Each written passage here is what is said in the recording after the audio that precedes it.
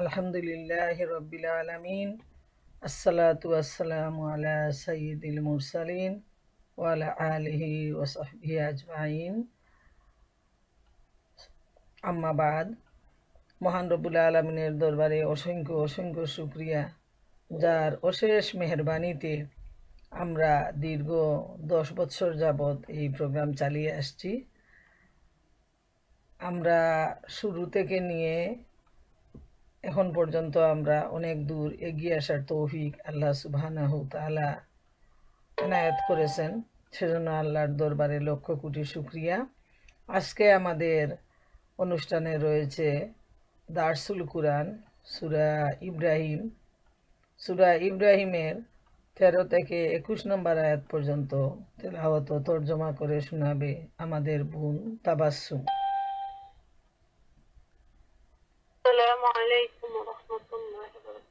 ওয়ালাইকুম আসসালাম ওয়া রাহমাতুল্লাহি ওয়া বারাকাতুহু। أعوذ بالله من الشيطان الرجيم. بسم الله الرحمن الرحيم. قال الذين كفروا لرسلهم لنخرجنكم من أرضنا أو لتعودن في ملتنا فأوحى إليهم ربهم لنهلكن الظالمين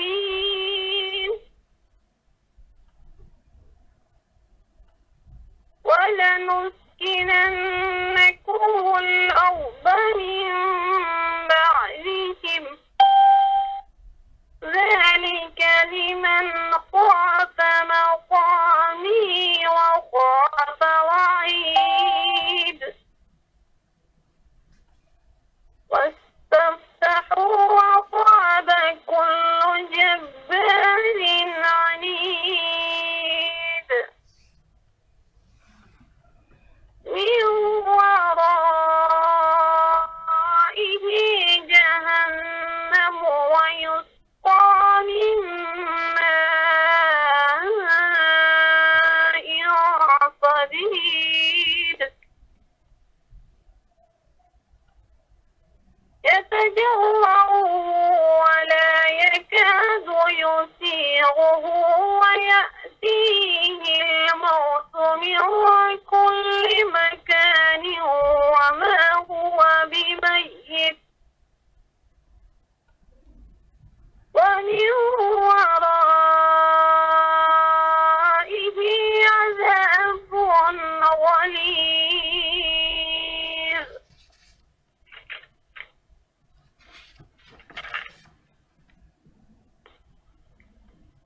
مثل الذين كفروا بربهم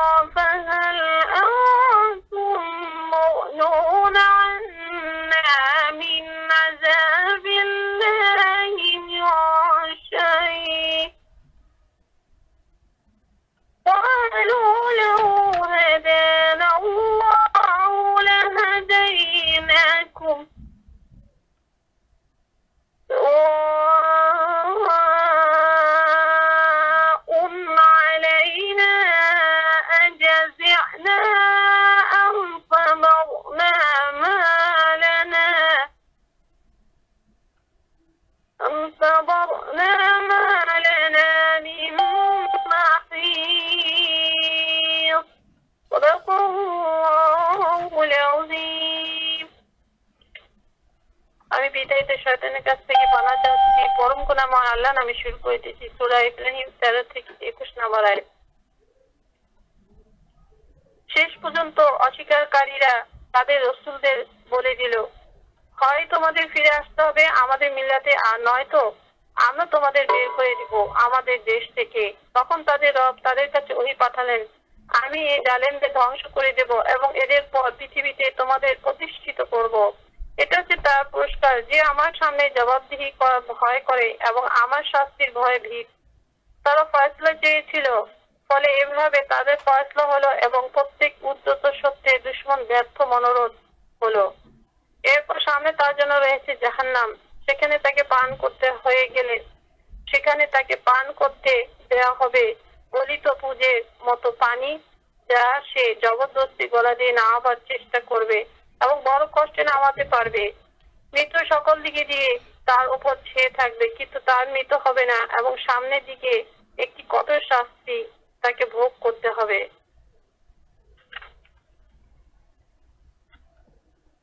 যারা তাদের রবের সাথে কুফরি করলো, তাদের কার্যক্রমের উপমা হচ্ছে এমন ছায়ের মতো, যাকে একটি ঝঞ্ঝা ক্ষুদ্র দিনের প্রবল বাতাস উড়িয়ে দিয়েছে। তারা নিজেদের কৃতকর্মে কোনো ফল লাভ করতে পারবে না। এটি চরম বিভ্রান্তি। তুমি কি দেখেছো না, আল্লাহ আকাশ ও পৃথিবীর সৃষ্টিকে সত্যের উপর প্রতিষ্ঠিত করেছেন। তিনি চাইলে তোমাদের নিয়ে যান এবং একটি নতুন সৃষ্টি তোমাদের স্থলাভিষিক্ত হয়। এমনটি করা তার জন্য মোটেই কঠিন নয়। আর এরা যখন সবাই একত্রে আল্লাহর সামনে মুক্ত হয়ে যাবে, সে সময় এদের মধ্য থেকে যারা দুনিয়ায় দুর্বল ছিল, তারা নিজেদেরকে বড় বলে জাহির করত। তাদেরকে বলবে, দুনিয়ায় আমরা তোমাদের অনুসারী ছিলাম, এখন কি তোমরা আল্লাহ আযাব থেকে আমাদের বাঁচাবার জন্য কিছু করতে পারো? তারা জবাব দেবে, আল্লাহ যদি আমাদের মুত্তাকি লাভের কোনো পথ দেখাতেন, তাহলে আমরা নিশ্চয়ই তোমাদেরও দেখিয়ে দিতাম। এখন তো সব সমান, কান্নাকাটি করো বা সবর করো, সর্বস্ব আমাদের বাঁচার কোনো পথ নেই। আল্লাহ যা বলেছেন সত্য বলেছেন। এতক্ষণে আপনাদেরকে সূরা ইব্রাহিমের 13 নম্বর আয়াত থেকে নিয়ে 21 নম্বর আয়াত পর্যন্ত তেলাওয়াত এবং তার তরজমা করলাম। এখন আমাদের বোন ডাক্তার মালিকা বেগম, উনি ওনার সংক্ষিপ্ত দাস পেশ করবেন। জাযাকাল্লাহু খাইরান। আলহামদুলিল্লাহ, আমরা এতক্ষণ তেলাওয়াত ও তরজমা শোনার পর আমি আপনাদের সামনে এই আয়াতগুলোর উপর দার্স পেশ করব।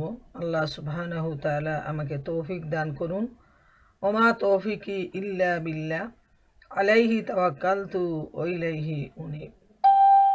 মহান আল্লাহ সুবহানাহু তাআলা সূরা ইব্রাহিমের 13 নম্বর আয়াতে ইরশাদ করেন, কাফিরগণ তাদের রাসূলদেরকে বলেছিল, আমরা তোমাদেরকে অবশ্যই আমাদের দেশ হতে বহিষ্কৃত করব, অথবা তোমাদেরকে আমাদের ধর্মে ফিরে আসতেই হবে। অতঃপর রাসূলদের তাদের প্রতিপালক ওহী প্রেরণ করলেন, জালিমদেরকে আমি অবশ্যই বিনাশ করব। প্রিয় বোনেরা আমার, আমরা লক্ষ্য করি আল্লাহ তাআলা এখানে কাফিরদের সম্পর্কে যেটা বলে দিচ্ছেন, যে তাদের বিদ্রোহীমূলক আচরণ, তাদের যে নবীদের প্রতি তাদের নিষ্ঠুর নির্যাতনমূলক কথাবার্তা, এবং আল্লাহ এবং আল্লাহ রসুলদেরকে তারা কিভাবে অবিশ্বাস করত, কিভাবে তারা এর উপর সাহস খাটিয়ে তারা নবীদেরকে বলতো যে আমরা তোমাদেরকে আমাদের দেশ থেকে বহিষ্কার করে দিব, অথবা আমাদের ধর্মীয় আদর্শে তোমাদেরকে ফিরে আসতেই হবে। বড় কঠিন দুটি কথা, বড় নাফরমানিমূলক দুটি কথা আল্লাহর প্রেরিত নবী রসুলদেরকে তারা বলতো। যে নবী রসুল তাদেরকে মুক্তির পথ দেখানোর জন্য পৃথিবীতে আসছেন, তাদের কাছে দাওয়াত দিচ্ছেন, নিজেদের সুখ সুবিধা আরামায়ে সব কিছু ত্যাগ করে আল্লাহর নির্দেশের মাধ্যমে তাদেরকে জাহান্নাম থেকে জান্নাতের দিকে নিয়ে আসার জন্য তারা প্রচেষ্টা চালিয়ে যাচ্ছেন, সেই প্রিয় মানুষদের, সেই ভালো মানুষদেরকে তারা এভাবেই নির্যাতন করত, এবং তাদের স্পর্ধা ছিল এত বেশি যে তারা এত কঠোর কথা বলে তাদেরকে কষ্ট দিত। আমরা দেখতে পাই এই জালিমরা, এই কাফিররা তারা এমনভাবে ধমক দিত, এমনভাবে ভয় দেখাতো যে শুআইব আলাইহিস ইসলামের কওমও তাদেরকে এভাবেই ধমক দিয়েছিল। হজরত লূত আলাইহিস ইসলামের কওমও তাদেরকে এভাবেই ভয় দেখাতো যে তোমাকে আমরা আমাদের এলাকা থেকে বের করে দেব। এভাবে আমরা দেখতে পাই নবী করিম সাল্লাল্লাহু আলাইহি ইসলামকেও এই কাফের মুশরিকরা তারা দেশ থেকে বের করার জন্য, প্রাণে শেষ করে দেওয়ার জন্য তারা সিদ্ধান্ত নিয়েছিল। আল্লাহ সুবহানাহু তাআলা তাদের এই সিদ্ধান্তের প্রতি উত্তরে এই আয়াতে ইরশাদ করেছেন যে জালিমদেরকে আল্লাহ তাআলা অবশ্যই ধ্বংস করবেন। জালিমরা কোনোদিন ধ্বংস সাধন করতে পারে না, তারা যতই চেষ্টা করুক না কেন, বরং আল্লাহ সুবহানাহু তাআলা তাদেরকে একেবারে মেসাকার করে দেন। এটা আল্লাহ রব্বুল আলামিনের ইচ্ছা, শক্তি এবং ক্ষমতা। এ পর্যায়ে মহান আল্লাহ তাআলা সূরা বনী ইসরাঈলের ৭৪ নম্বর আয়াতে ইরশাদ করেন, ওয়াইন কাদু লা ইস্তাফিরুনাকা মিনাল আরদি লিইখরিজুকা মিনহা ওয়া ইযা লা ইয়ালবাসুনা খিলাফাকা ইল্লা কলিলা। তারা তোমাকে দেশ হতে উৎখাত করার চূড়ান্ত চেষ্টা করেছিল, তোমাকে সেখান থেকে বহিষ্কার করার জন্য। তাহলে তোমার পর তারাও সেটায় অল্পকাল টিকে থাকত। অর্থাৎ আল্লাহ তাআলা নবী করিম সাল্লাল্লাহু আলাইহি ইসলামকে বলছেন যে তারা যদি তোমাকে এভাবে শেষ করে দিত তাহলে তারা এখানে আর টিকে থাকতে পারত না, বরং আল্লাহ রব্বুল আলামিন তাদেরকে একেবারেই ধ্বংস সাধন করে দিতেন। এ পর্যায়ে আমরা দেখি সূরা আনফালের ৩০ নম্বর আয়াতে আল্লাহ তাআলা ইরশাদ করেন, ওয়াইয ইয়ামকুরু বিকাল্লাযিনা কাফারু লিইউসবিতুকা আও ইয়াকতুলুকা আও ইখরিজু ওয়া ইয়ামকুরুনা ইয়ামকুরুল্লাহু ওয়াল্লাহু খায়রুল মাকিরিন।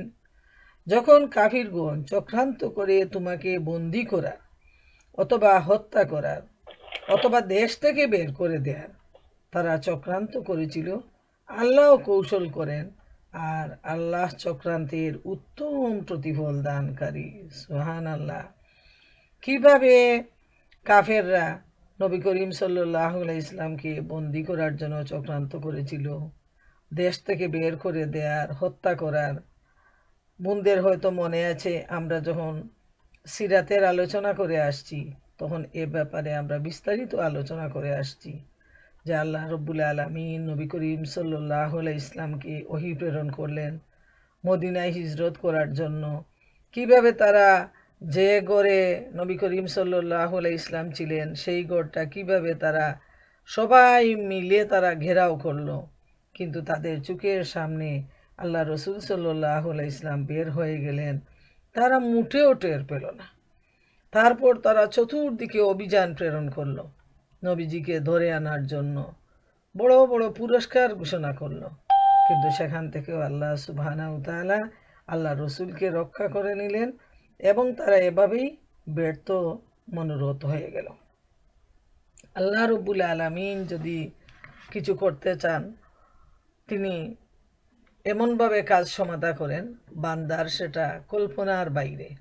এজন্য আল্লাহ তাআলা ইরশাদ করেন, ওমা তাশাউনা ইল্লা আইয়াশা আল্লাহু রাব্বুল আলামিন। তোমাদের চাওয়ায় কিছুই হয় না যতক্ষণ না আল্লাহ রব্বুল আলামিন চান।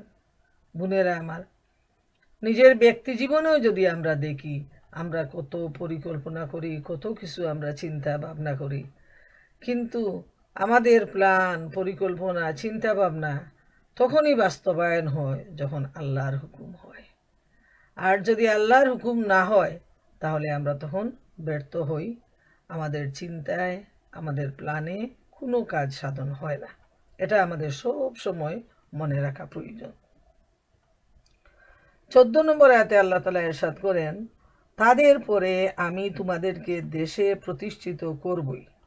এটা তাদের জন্য যারা ভয় রাখে আমার সম্মুখে উপস্থিত হওয়ার এবং ভয় রাখে আমার শাস্তির। আল্লাহ তাআলা এখানে ইরশাদ করছেন যে যারা কাফের, মুশরিক, বিদ্রোহী, তাদেরকে আল্লাহ তাআলা ধ্বংস করবেন এবং যারা মুমিন তাদেরকে আল্লাহ সুবহানাহু তাআলা তাদেরকে সাহায্য করবেন এবং তাদেরকে তিনি প্রতিষ্ঠিত করবেন। আর আমরা দেখতেও পাই কিভাবে নবী করিম সাল্লাল্লাহু আলাইহি ইসলাম অতি অল্প কিছু দিনের মধ্যেই যখন মক্কা বিজয় করলেন তখন কিভাবে কাফেররা পালিয়ে গেল এবং অনেকেই ইসলাম গ্রহণ করে ইসলামের ছায়াতলে তারা আশ্রয় নিল। সুবহানাল্লাহ। আল্লাহ রব্বুল আলামিন যা ইচ্ছা তাই তিনি করেন, তিনি প্রবল পরাক্রমশালী। আর এ প্রসঙ্গে সূরা মুজাদালার 21 নম্বর আয়াতে আল্লাহ তাআলা ইরশাদ করেন, কাতাবাল্লাহু লা আগলিবান্না আনা ওয়া রুসুলি ইন্নাল্লাহা কাওয়িয়্যুন আজিজ। আল্লাহ লিপিবদ্ধ করে রেখেছেন, অবশ্যই আমি এবং আমার রাসূলগণ জয়যুক্ত হব, নিশ্চয় আল্লাহ ক্ষমতাবান পরাক্রমশালী। সুবহানাল্লাহ। আল্লাহর সাথে যারা এমন আচরণ করে, আল্লাহর নবী রাসূলদের প্রতি যারা এই ধরনের নিষ্ঠুর আচরণ করে, অবিশ্বাস করে, আল্লাহ সুবহানাহু তাআলা তাদেরকে কিভাবে শাস্তি দেন সেটা আমরা সারা দুনিয়া সাক্ষী, আমরা সেটা দেখতে পাই আমাদের চোখের সামনে। এ প্রসঙ্গে সূরা নাজিয়াতের 37 থেকে 39 নম্বর আয়াতে আল্লাহ তাআলা ইরশাদ করেন, ফাআম্মা মান তুগা ওয়া আসারাল হায়াতাদ দুনিয়া ফাইন্নাল জাহিমা হিয়াল মাওয়া। যে ব্যক্তি সীমা লঙ্ঘন করলো ও পার্থিব জীবনকে প্রাধান্য দিল তার বাসস্থান জাহান্নাম। অতএব বোনেরা আমার মনে রাখবেন, আল্লাহ তাআলা বলছেন যে যারা মুমিন তাদেরকে আল্লাহ প্রতিষ্ঠিত করবেন, তাদেরকে জয়যুক্ত করবেন, তাদেরকে পুরস্কৃত করবেন।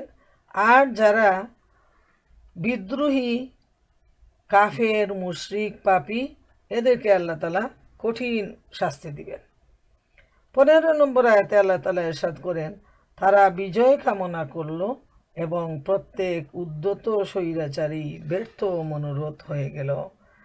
তারা চাইল বিজয়, কিন্তু আল্লাহ সুবহানাহু তাআলা তাদেরকে এমনভাবে ব্যর্থ করে দিলেন যে তারা আর মাথা তুলে দাঁড়ানোর মতো শক্তি তাদের থাকলো না। আমরা দেখি বদরের যুদ্ধেই যে ঘটনাটা ঘটেছিল, যারা সবচেয়ে বেশি ইসলাম বিরোধী আবু জেহেল, উতবা, সাইবা, এই ধরনের যারা ছিল, এক সাথে আল্লাহ সুবহানাহু তাআলা কাফেরদের নেতাদেরকে একেবারেই তাদেরকে ধ্বংস করে দিলেন। মুসলমানদের হাতে তারা হত্যা হলো এবং একই কবরে তাদেরকে শায়িত করা হলো, একটা গর্ত করে সেখানে সব কাফের লিডারদেরকে পুঁতে ফেলা হলো। দুনিয়ায় আমরা এটা দৃষ্টান্ত দেখতে পাই, আর আখিরাত তো রয়েছে যেখানে অনন্ত অসীম জীবন তারা আগুনে জ্বলতেছে এবং জ্বলবে। 16 নম্বর আয়াতে আল্লাহ তাআলা ইরশাদ করেন, তাদের প্রত্যেকের জন্য পরিণামে জাহান্নাম রয়েছে এবং প্রত্যেককে পান করানো হবে গলিত পুজ। নাউজুবিল্লাহ। এইসব কাফের, মুশরিক, যারা চুপ থাকতেও যারা অন্ধ, যারা আল্লাহ এবং আল্লাহ রসুলের প্রতি এমন হঠকারিতা অবলম্বন করেছে, তাদের জন্য আল্লাহ তাআলা ঘোষণা দিয়েছেন তাদের জন্য রয়েছে জাহান্নাম এবং সেখানে তাদের জন্য আতিথেয়তা করা হবে গলিত পুজ দিয়ে। নাউজুবিল্লাহ। যারা এই দুনিয়ার জীবনে এত অহংকারী ছিল, তারা তাদের শক্তি, দাপট, ক্ষমতা এতটুকু ছিল যে তারা তাদের এই শক্তি ক্ষমতা দিয়ে মুমিনদেরকে তো কষ্ট দিত, সবচেয়ে বেশি যে নিষ্ঠুরতা তারা অবলম্বন করেছিল নবী রাসূলগণের প্রতি। এত বড় ধৃষ্টতা তারা প্রদর্শন করেছিল, যার ফলে আল্লাহ সুবহানাহু তাআলা তাদেরকে ঘোষণা দিচ্ছেন যে তোমাদের যে আতিথেয়তা করা হবে জাহান্নামে, সেখানে গলিত পুজ, যেটা মুখ দিয়ে ঢুকানো যাবে না, আর গলাধঃকরণ করাও যেটা সম্ভব হবে না। হযরত আব্বাস রাদিয়াল্লাহু তাআলা আনহু বলছেন যে সামনে জাহান্নাম তাদের অপেক্ষায় থাকবে, যেখানে প্রবেশ করার পর আর বের হবে না।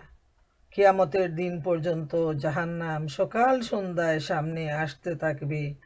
তারপর এটাই হবে তাদের স্থায়ী ঠিকানা।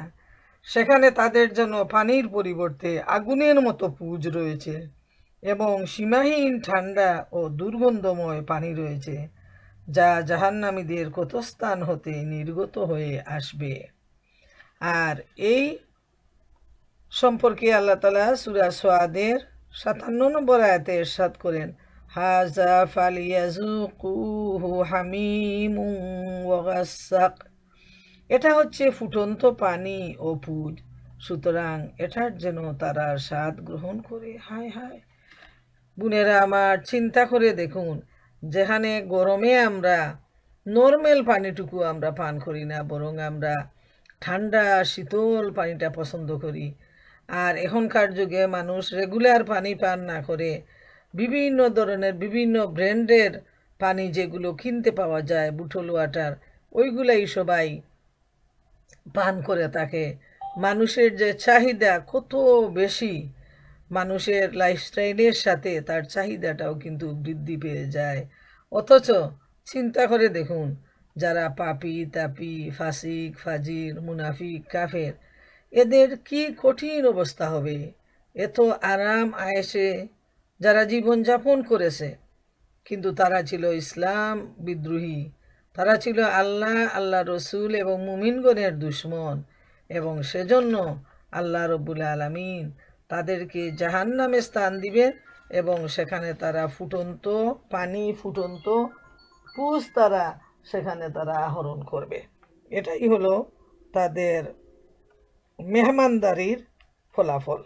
চিন্তা করে দেখেন যে কত কঠিন অবস্থা হবে এই বিলাসী মানুষদের, শুধুমাত্র আল্লাহ আর আল্লাহ রসুলকে অস্বীকার করার জন্য, মুমিনদেরকে, রসুলদেরকে নির্যাতন করার জন্য। এত কঠিন অবস্থা তাদের উপর পতিত হবে। 17 নম্বর আয়াতে আল্লাহ রাব্বুল আলামিন ইরশাদ করেন, যা সে অতি কষ্টে গলাধঃকরণ করবে এবং তা গলাধঃকরণ করা প্রায় অসম্ভব হয়ে পড়বে। সব দিক হতে তার নিকট আসবে মৃত্যু যন্ত্রণা, কিন্তু তার মৃত্যু ঘটবে না এবং সে কঠোর শাস্তি ভোগ করতেই থাকবে। প্রিয় বোনেরা আমার, একটু চিন্তা করেন আপনারা এবং একটু চোখের সামনে এই পিকচারগুলো যদি তুলে ধরেন, যে একজন মানুষ পানির পিপাসায় কাতর, আগুনের মধ্যে জ্বলছে, তারপর সে যখন পানি চাইছে তখন তাকে দেয়া হবে এত ফুটন্ত পানি, এত দুর্গন্ধময় পানি, যেখানে পুজ মিশ্রিত, যার নাম শুনলেই আমরা ঘৃণা করি। মুখে দেয়া তো দূরের কথা, এর আশেপাশেও আমরা যেতে চাই না। এ ধরনের কষ্টকর অবস্থা যখন তাদের হবে তখন কেমন লাগবে। এই কাফেররা যদি বুঝতো, এই পাপীরা যদি বুঝতো, তাহলে তারা আল্লাহর কাছে তারা সারেন্ডার করত, আল্লাহ এবং আল্লাহ রসুলের তারা আনুগত্য করত।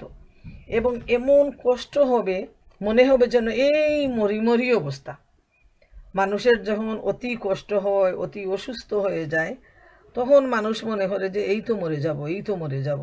এবং এক সময় সে এ দুনিয়া থেকে যখন তার আয়ু ফুরিয়ে যায়, তখন সে মৃত্যুর স্বাদ গ্রহণ করে। এটা হলো দুনিয়ার নিয়ম।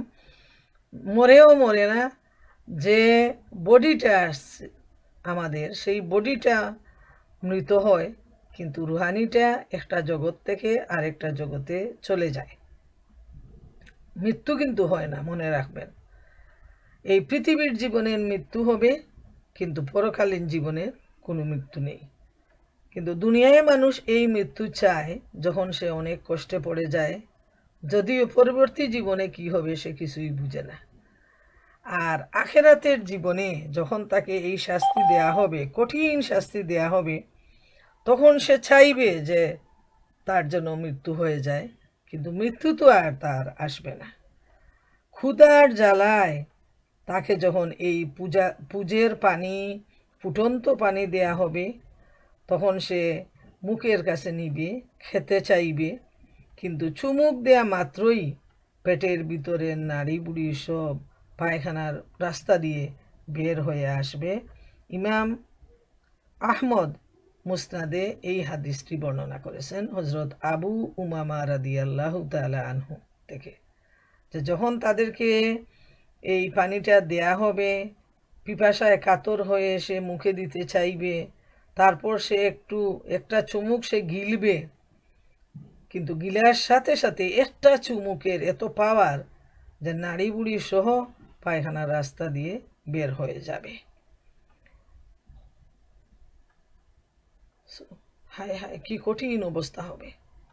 এবং তারপরও তারা হাত জোড় করে দুজখের ফেরেশতার কাছে তারা পানির জন্য চাইবে, খাবারের জন্য চাইবে, কিন্তু যে খাবারটা তাদেরকে দেয়া হবে, এক ধরনের হাদিস শরীফে আসছে, জাক্কুম, কোরআনেও আসছে, যে এই জাক্কুমটা যখন দেয়া হবে সেটা চতুর্দিকে কাঁটাওয়ালা, এবং সেটা না মুখ দিয়ে চিবানো যাবে না গিলা যাবে। সুবহান আল্লাহ, এমন কঠিন কঠিন অবস্থা। আল্লাহ আল্লাহ, তুমি আমাদেরকে হেফাজত করো, আমাদের বংশধরকে হেফাজত করো। কখনো জাক্কুম খাওয়া, কখনো গরম ফুটন্ত পানি পান করা, কখনো আগুনে পুড়ানো, কখনো পুষ পান করানো, এই ধরনের শাস্তি তাদেরকে দেয়া হবে। আল্লাহ তাআলা বলছেন এ সম্পর্কে, হাযিহি জাহান্নামুল্লাতী ইউকাযযিবু বিহাল মুজরিমুন ইয়াতুফুনা বাইনাহা ওয়া বাইনা হামিমিন আন। এটাই সেই জাহান্নাম যা অপরাধীরা অবিশ্বাস করে। তারা জাহান্নামের আগুন ও ফুটন্ত পানির মধ্যে ছুটাছুটি করবে।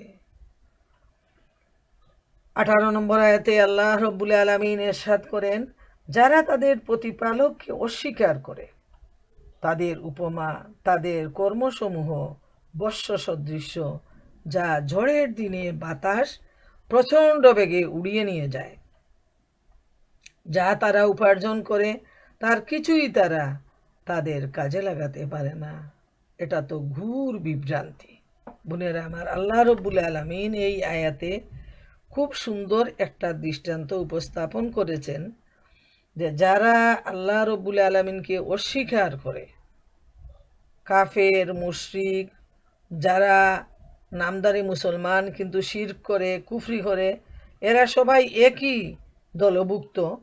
এবং এদের ব্যাপারে আল্লাহ তাআলা বলছেন, যে একটা দৃষ্টান্ত দিচ্ছেন, যে এদের যে কাজগুলো, এরা যে ভালো কাজ করে, এরাও দান খয়রাত করে, এরাও মানুষকে ভালোবাসে, এরাও কেউ মসজিদে যায়, কেউ মন্দিরে যায়, কেউ চার্চে যায়, কিছু ভালো কাজ তাদের দ্বারা সম্পন্ন হয়।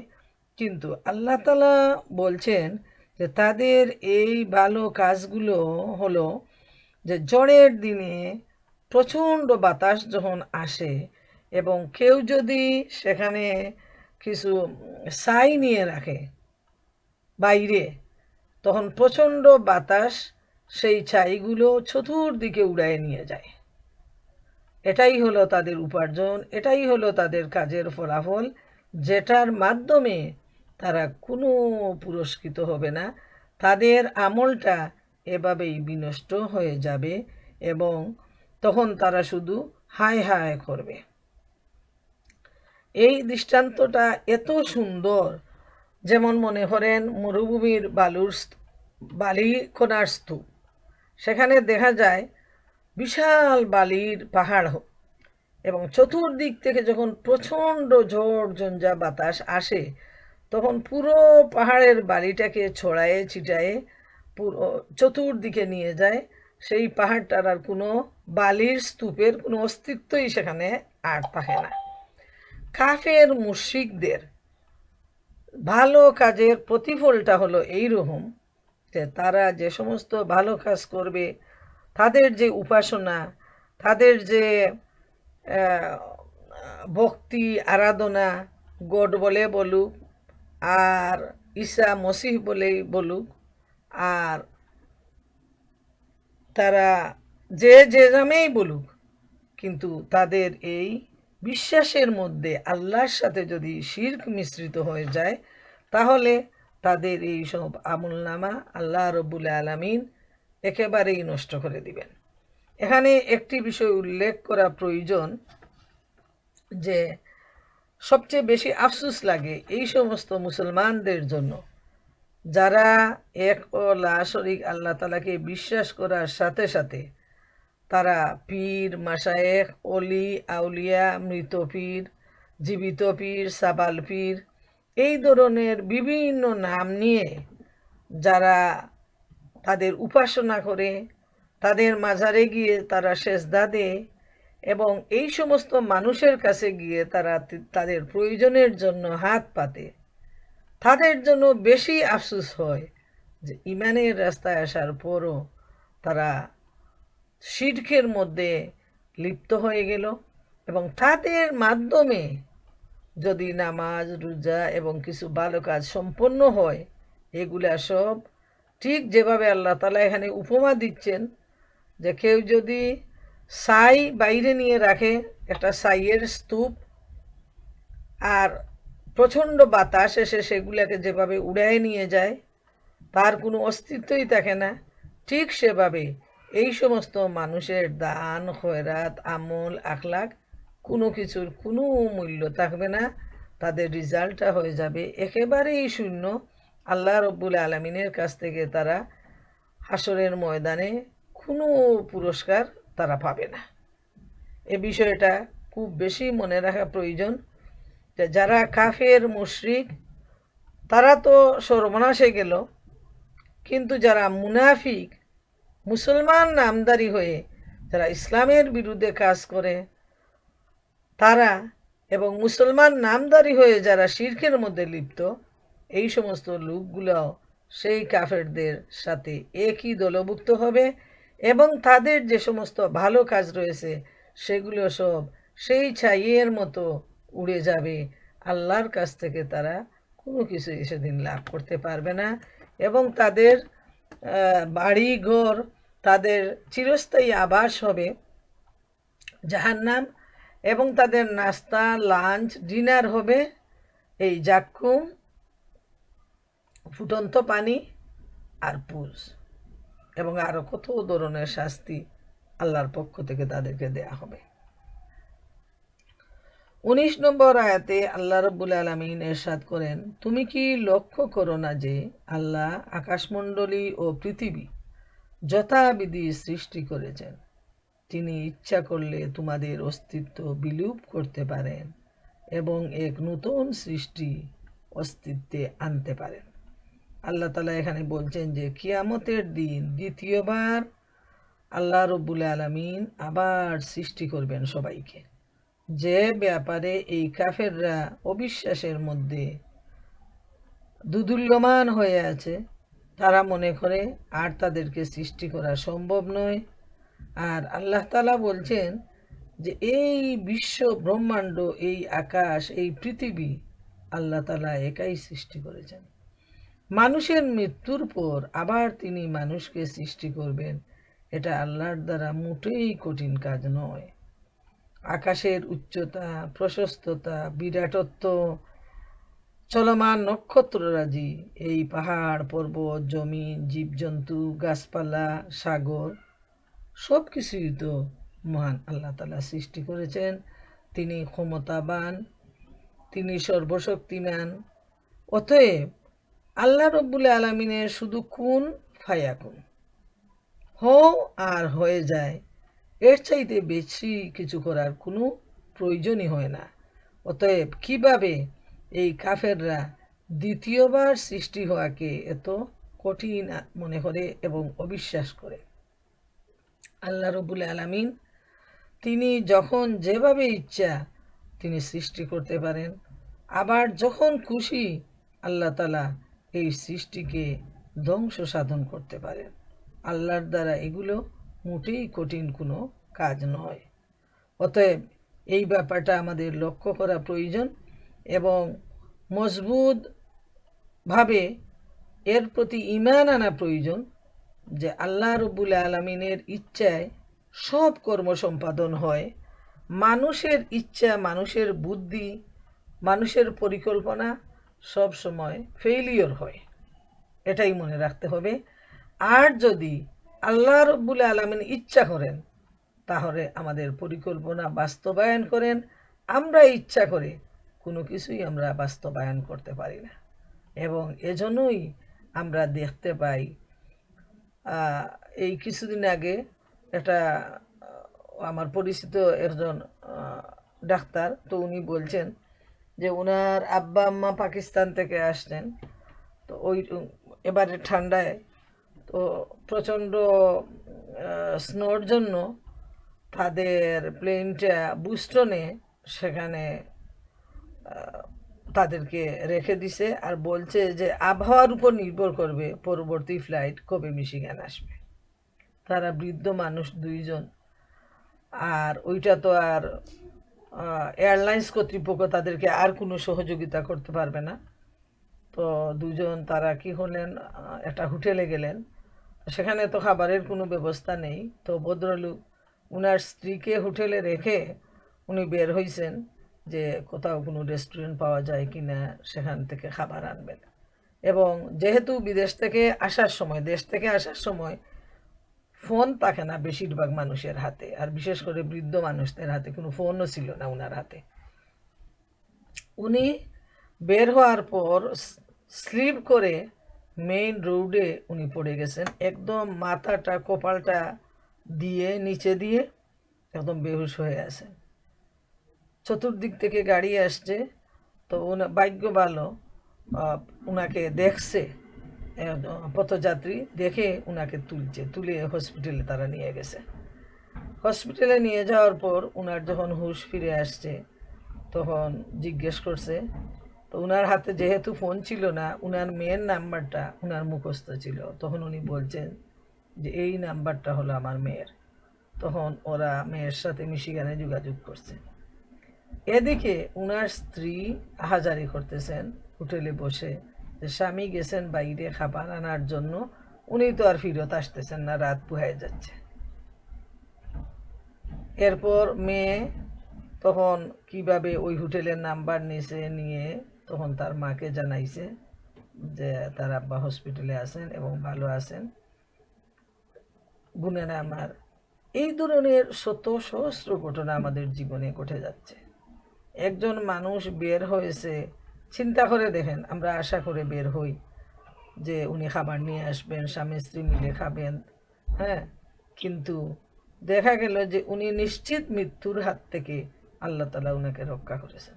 এবং তিনজন তিন দিকে, একজন হসপিটালে, স্ত্রী হোটেলে, আর মেয়ে মিশিগানে তার ঘরে। কিভাবে আল্লাহ তাআলা তাদের জন্য শেষ পর্যন্ত সহজ করে দিলেন, কানেকশন করে দিলেন। এবং এই মানুষগুলা কতটুকু হা হুতাশে তারা আত্মীয় স্বজনরা ছিল যতক্ষণ পর্যন্ত তারা বাড়ি ফিরে না আসে। তা আমরা কিভাবে মনে করি যে আমার প্ল্যানটাই আমি বাস্তবায়ন করব, আমার যা খুশি তাই করব। এমন কত মানুষ আছে এই ধরনের বেপরোয়া, যে তারা এভাবেই মনে করে যে আমার ইচ্ছা মতো আমি সব করব, আমি করতে পারি, আমাকে কেউ হেল্প করতে হয় না। এই ধরনের বেপরোয়া মানুষের অভাব নেই, কিন্তু প্রতিটা কাজে প্রতিটা সময়ে আল্লাহ তাআলা আমাদেরকে শিখিয়ে দিতেছেন যে তুমি প্ল্যান নেও, এই সাথে তুমি ইনশাআল্লাহ বলো, আল্লাহর উপর তুমি ভরসা করো। যদি আল্লাহর হুকুম হয় আল্লাহ তাআলা তোমার কাজকে সহজ করে দিবেন। 20 নম্বর আয়াতে আল্লাহ তাআলা ইরশাদ করছেন, আর এটা আল্লাহর জন্য আদৌ কঠিন নয়। যে ব্যাপারটা কাফেররা বলে যে মৃত্যুর পর আর পুনর্জীবন হবে না, এটা কোনোভাবেই সম্ভব নয়। আর এই বিশ্বাস নিয়েই তারা যেমন খুশি তেমন চলাফেরা করে, নিজের হাতে মূর্তি তৈরি করে তারা তার কাছে মাথা নত করে। এভাবে তারা কেউ সূর্যের পূজা করে, কেউ গাছের পূজা করে, কেউ মানুষের পূজা করে, মানুষকে সেজদা দেয়। ইউটিউবের বদলে, অনলাইনের বদলে আমরা দেখতে পাচ্ছি যে এত আফসোস লাগে, শিক্ষিত অশিক্ষিত একেবারে উচ্চ পর্যায়ের মানুষ থেকে নিয়ে সাধারণ মানুষ পর্যন্ত কিভাবে তারা মানুষের সামনে গিয়ে মানুষের পায়ে পড়ে সিজদা দেয়। নাউজুবিল্লাহ, আল্লাহ তাআলা যেন তাদেরকে বুঝজ্ঞান দান করেন। কিন্তু এই সমস্ত মানুষদের যে কঠিন শাস্তি হবে, তখন তারা টের পাবে তারা যে নবী রসুলের দাওয়াত, আলিম উলামাদের দাওয়াত, ভালো মানুষের দাওয়াত তারা গ্রহণ না করে তারা জাহেলিয়তের মধ্যে যে ডুবে গিয়েছে, তখন তারা বুঝবে, এবং তখন বুঝলে কোনো লাভ হবে না। সময় অলরেডি শেষ হয়ে গেছে। 21 নম্বর আয়াতে আল্লাহ তাআলা ইরশাদ করেন, সবাই আল্লাহর নিকট উপস্থিত হবে। যারা অহংকার করত, তখন দুর্বলেরা তাদেরকে বলবে, আমরা তো তোমাদের অনুসারী ছিলাম, এখন তোমরা আল্লাহর শাস্তি হতে আমাদেরকে কিছুমাত্র রক্ষা করতে পারবে? তারা বলবে, আল্লাহ আমাদেরকে সৎপথে পরিচালিত করলে আমরাও তোমাদেরকে সৎপথে পরিচালিত করতাম। এখন আমাদের ধৈর্যচ্যুত হওয়া অথবা ধৈর্যশীল হওয়া একই কথা, আমাদের কোনো নিষ্কৃতি নেই। সুবহানাল্লাহ, বড় দুঃখের ব্যাপার যে যখন এই কঠিন সময় উপস্থিত হবে, যারা অহংকার করত, যারা আল্লাহর সাথে শিরক স্থাপন করত, তাদের মধ্যে যারা দুর্বল ছিল, এই দুর্বল লোকগুলো যাদেরকে শক্তিশালী লোকগুলো দিনের পথ থেকে বিচ্যুত করে তাদের অনুগামী করেছে, যেমন মনে করেন ফেরাউন, কারুন, তারপর আবু জেহেল, উতবা, সাইবা, আবু লাহাব, বর্তমান যুগের ফেরাউন যারা রয়েছে, তারা দেখবেন টিভি নিউজ খুললেই ইসলামের বিরুদ্ধে এত কঠিন কথাগুলা যে সমস্ত নামদারি মুসলমানরা বলে, কুরআনের বিরুদ্ধে কথা বলে, হাদিসের বিরুদ্ধে কথা বলে, নবীর বিরুদ্ধে কথা বলে, এরা হলো অহংকারী বড় লোক, দুনিয়ার বড় লোক। এদের কথা অনুযায়ী যারা এদেরকে অনুসরণ করেছে, সেদিন তারা এদেরকে ডেকে বলবে যে আমাদেরকে, মানে এই কঠিন অবস্থা থেকে আমাদেরকে তোমরা রক্ষা করো।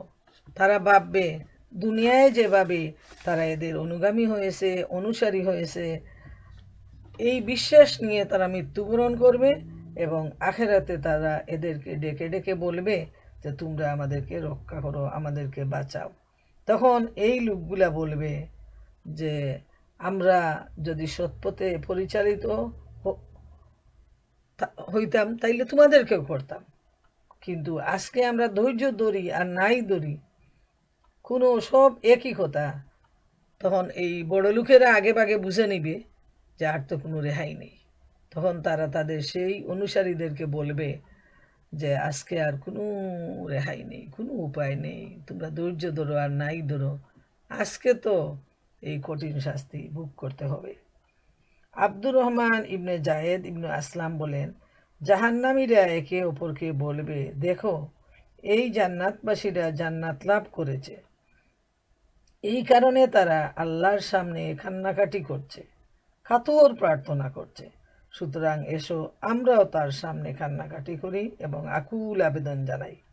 সুতরাং তারা কান্নায় ফেটে পড়বে, করজোড়ে নিবেদন করবে, কিন্তু তাদের এই কান্না নিষ্ফল হয়ে যাবে। তখন তারা আবার বলবে, জান্নাতবাসীরা ধৈর্য ধারণ করেছিল বলেই আজ তারা জান্নাত লাভ করবে। বোনের আমার একটু লক্ষ্য করে দেখেন যে তারা দুনিয়ার সেই স্মৃতিটুকু তারা মনে করবে, যে যারা জান্নাতে গেছে এদেরকে তো দেখেছি দুনিয়ায় তারা কত কান্নাকাটি করতো, তারা এবাদত বন্দেগী করতো, আল্লাহর সামনে তারা নত হতো, চোখের জল দিয়ে বুক বাসায় দিত, তাইলে আমরা আজকে কান্নাকাটি করি, হয়তো এই কান্নার ফলে আল্লাহ আমাদেরকে মাফ করবেন আর আমাদেরকে জান্নাত দিবেন। কিন্তু দুনিয়ার কান্নাকাটি ফলেই তারা এই জান্নাত লাভ করেছে। মৃত্যুর পর কান্নাকাটি তো আর কোনো লাভ হবে না। তারা এত কাঁদবে, কিন্তু দেখবে যে এই তাদের কান্না একেবারে নিষ্ফল হয়ে গেছে, কোনো জবাব আসছে না। তখন আবার তারা চিন্তা করবে যে এই লোকেরা আমরা দেখছি এরা দুনিয়ায় খুব ধৈর্যশীল ছিল, খুব সবরগার ছিল, বিপদ মুসিবতে যে কোনো সমস্যায় তারা আল্লাহর উপর ভরসা করত, তারা সবর করত। আসো আমরা কান্নাকাটি বাদ দিয়ে এমন সবর করি, এমন ধৈর্য ধরি যে ধৈর্য কেউ ধরতে পারে না। এভাবে তারা তখন একেবারেই নীরব হয়ে যাবে, এত কষ্ট হবে, তারা কোনো চিৎকার করবে না, চুপ হয়ে যাবে। কিন্তু দেখবে সব বৃথা। তখন তারা বলবে হায় হায়, কান্নাও বিফলে গেল, সবরও বিফলে গেল, সবই তো বিফলে গেল। তো প্রিয় বোনেরা, দুনিয়া হলো কাজের জায়গা আর আখেরাত হলো ফলাফলের জায়গা। দুনিয়ায় কাঁদতে হবে, দুনিয়ায় সবর ধরতে হবে, দুনিয়ায় আল্লাহর অনুগত বাধ্য হতে হবে, তাহলেই সেই জান্নাত আমাদের সামনে উপস্থিত হবে। কোনো সন্দেহ নেই আমরা সেই জান্নাতের অংশীদার হব ইনশাআল্লাহ। কিন্তু যারা দুনিয়ায় অহংকারী ছিল, যারা আল্লাহ রব্বুল আলামিনকে এবং আল্লাহ রসুলকে যারা অবিশ্বাস করত অথবা আল্লাহকেও বিশ্বাস করত, এই সাথে আল্লাহর সাথে তারা শরীক স্থাপন করত, এরা সবাই সেদিন বিফল হবে, সবাই সেদিন ধ্বংসপ্রাপ্ত হয়ে যাবে, সবাই সেদিন জাহান্নামী হয়ে যাবে। এবং জাহান্নামে গিয়ে তখন তাদের যে দুরবস্থা হবে, যেমন আল্লাহ তাআলা ইরশাদ করেন, যখন তারা জাহান্নামে ঝগড়া ও তর্ক বিতর্কে লিপ্ত হবে, তখন দুর্বল লোকেরা অহংকারী লোকদের বলবে, আমরা তো তোমাদের অনুগত ও হুকুমের বাধ্য ছিলাম, সুতরাং আজ তোমরা কি আমাদের উপর হতে জাহান্নামের শাস্তির সামান্য কিছু সরাতে পারবে? এ সময় অহংকারী লোকেরা বলবে, আমরা সবাই তো জাহান্নামের মধ্যে রয়েছি, নিশ্চয় আল্লাহ বান্দাদের মধ্যে ফয়সালা করে দিয়েছে। চিন্তা করেন, এই জাহান্নাম থেকে তখন বাঁচার আর কোনো উপায় থাকবে না। হায় হায়, প্রিয় বোনেরা আমার, বড় দুঃখের সাথে বলতে হয়, বর্তমান সময়ে কিছু স্বার্থান্বেষী মানুষ যারা বড় বড় লিডারদের অনুগামী, বড় লোকদের অনুগামী হয়ে তারা নিজেদের ইমানকে তারা খুয়ায়ে ফেলে, হারায় ফেলে। দুনিয়ার স্বার্থের জন্য বড় বড় পীর মাশায়েখের অনুগত বাধ্য হয়ে তাদের অনুসারী হয় এবং তারা নিজেদের ইমানকে তারা নষ্ট করে দেয়। হায় হায়, কি দশা হবে সেদিন, যেদিন এরাও জাহান্নামে যাবে এবং সেই লোকেরাও জাহান্নামে যাবে। চোখের সামনে আমরা দেখতে পাই একেবারে কুরআনের বিরুদ্ধে রেডিও টেলিভিশনে সংবাদপত্রে কথা বলতেছে এমন আলেম উলামারা, নাউজুবিল্লাহ। এই নামদারি আলেমদেরকে যারা সরকারের লালনকৃত মানুষ, শুধুমাত্র সামান্য মান সম্মান লাভের জন্য, টাকা পয়সা লাভের জন্য তারা ইমানকে বিক্রি করে দেয়। কিন্তু সেই কঠিন সময়ে যখন এই দুজখের আগুনে জ্বলবে, তাদের আতিথেয়তা করা হবে, তাদের জন্য পুজ মিশ্রিত পানি দিয়ে, সেদিন কি উপায় হবে? অতএব প্রিয় বোনেরা, আসুন আমরা আমাদের ইমানকে মজবুত রাখার জন্য মহান মাবুদের দরবারে অন্তরের অন্তঃস্থল থেকে প্রার্থনা করি। রব্বুল আলামিন, আমরা বড় অসহায়, বড় দুর্বল ইমানের অধিকারী। আয় রব্বুল আলামিন, তুমি দয়া করে আমাদের ইমানকে মজবুত করে দাও। যে কোনো পরিস্থিতিতে যেন ইমানকে আমরা রক্ষা করতে পারি, সেই তৌফিক তুমি আমাদেরকে দান করো।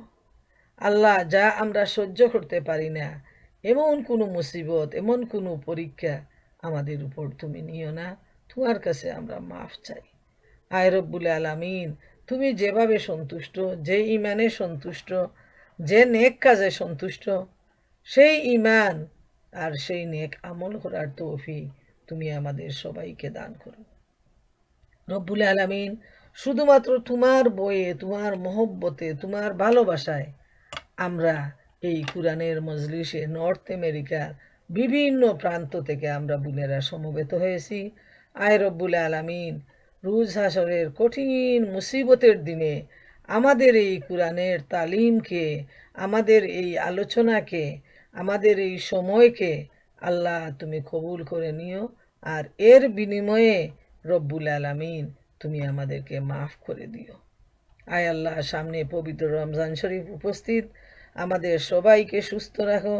আমাদের স্বামী, সন্তান, আমাদের ভাই বোন, আত্মীয় স্বজন, তাম দুনিয়ার মুসলমানকে তুমি সুস্থতা দান করো, শান্তি দান করো, যাতে আমরা তোমার অনুগত বান্দাবান্দি হয়ে রমজানের রোজা সঠিকভাবে আদায় করতে পারি, রমজানের এবাদত সঠিকভাবে করতে পারি।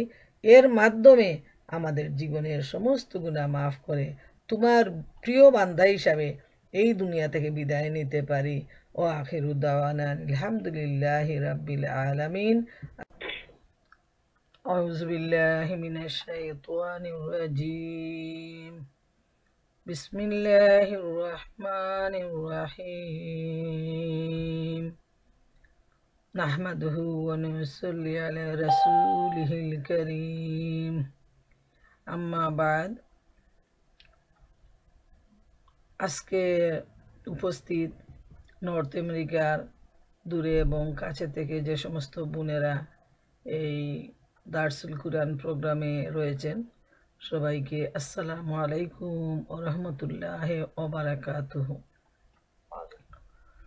মহান আল্লাহ রাব্বুল আলামিনের দরবারে অসংখ্য অসংখ্য শুকরিয়া যে আমরা কোরআনের শুরু থেকে সূরা ফাতিহা থেকে নিয়ে এই পর্যন্ত সূরা ইব্রাহিমে আমরা এসেছি ধারাবাহিক দার্সের মাধ্যমে। আজকে আপনাদের সামনে সূরা ইব্রাহিমের 22 থেকে 30 নম্বর আয়াত পর্যন্ত তেলাওয়াত ও তরজমা করে শোনাবে আমাদের বোন তাবাসসুম।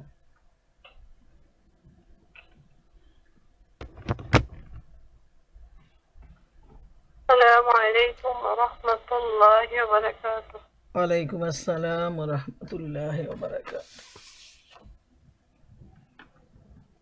أعوذ بالله من الشيطان الرجيم. بسم الله الرحمن الرحيم.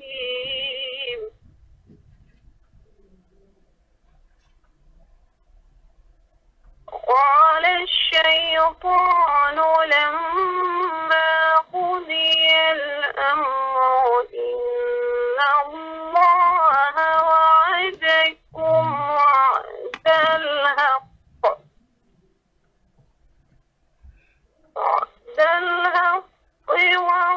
ووعدتكم فأخلفتكم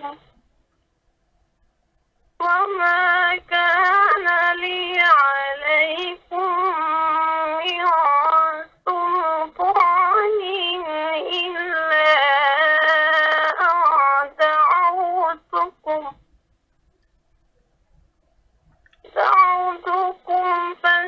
فاستجبتم لي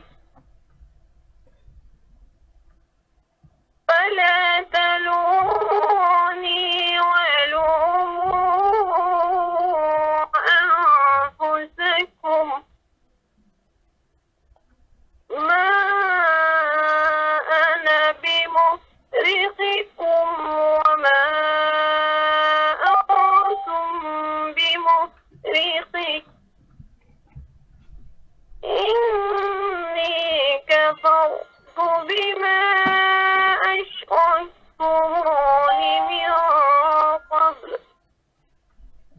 إن الظالمين لهم عذاب أليم.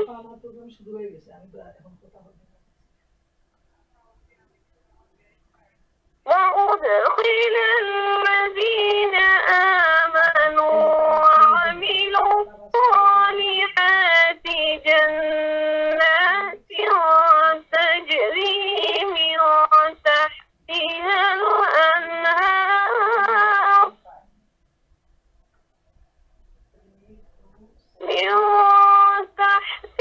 الأنهار خالدين فيها بإذن ربهم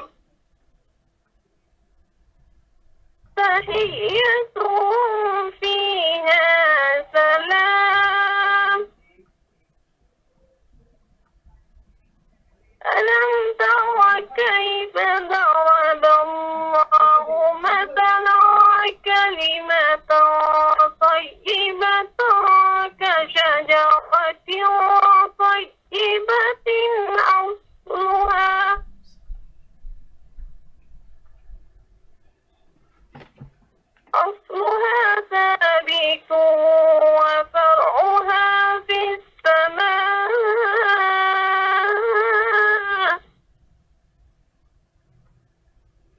تؤتي أكلها كل حين بإذن ربها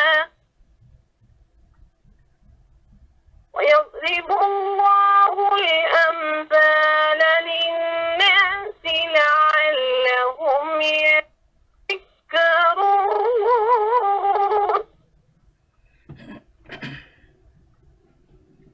ومثل كلمة خبيثة كشجرة خبيثة اجتثت من فوق الأرض ما لها من قرار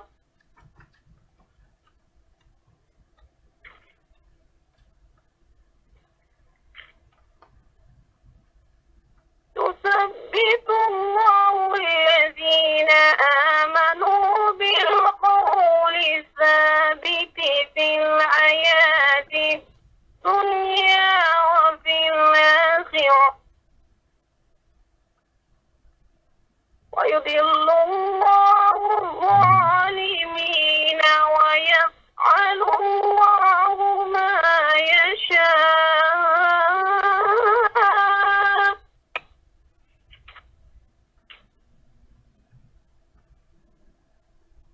فلم تر إلى الذين بدلوا نعمة الله كفرا وحلوا قومهم دار البوار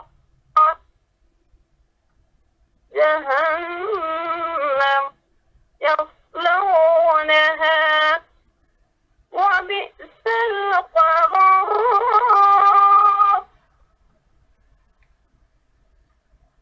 وجعلوا لله عدادا ليضلوا عن سبيله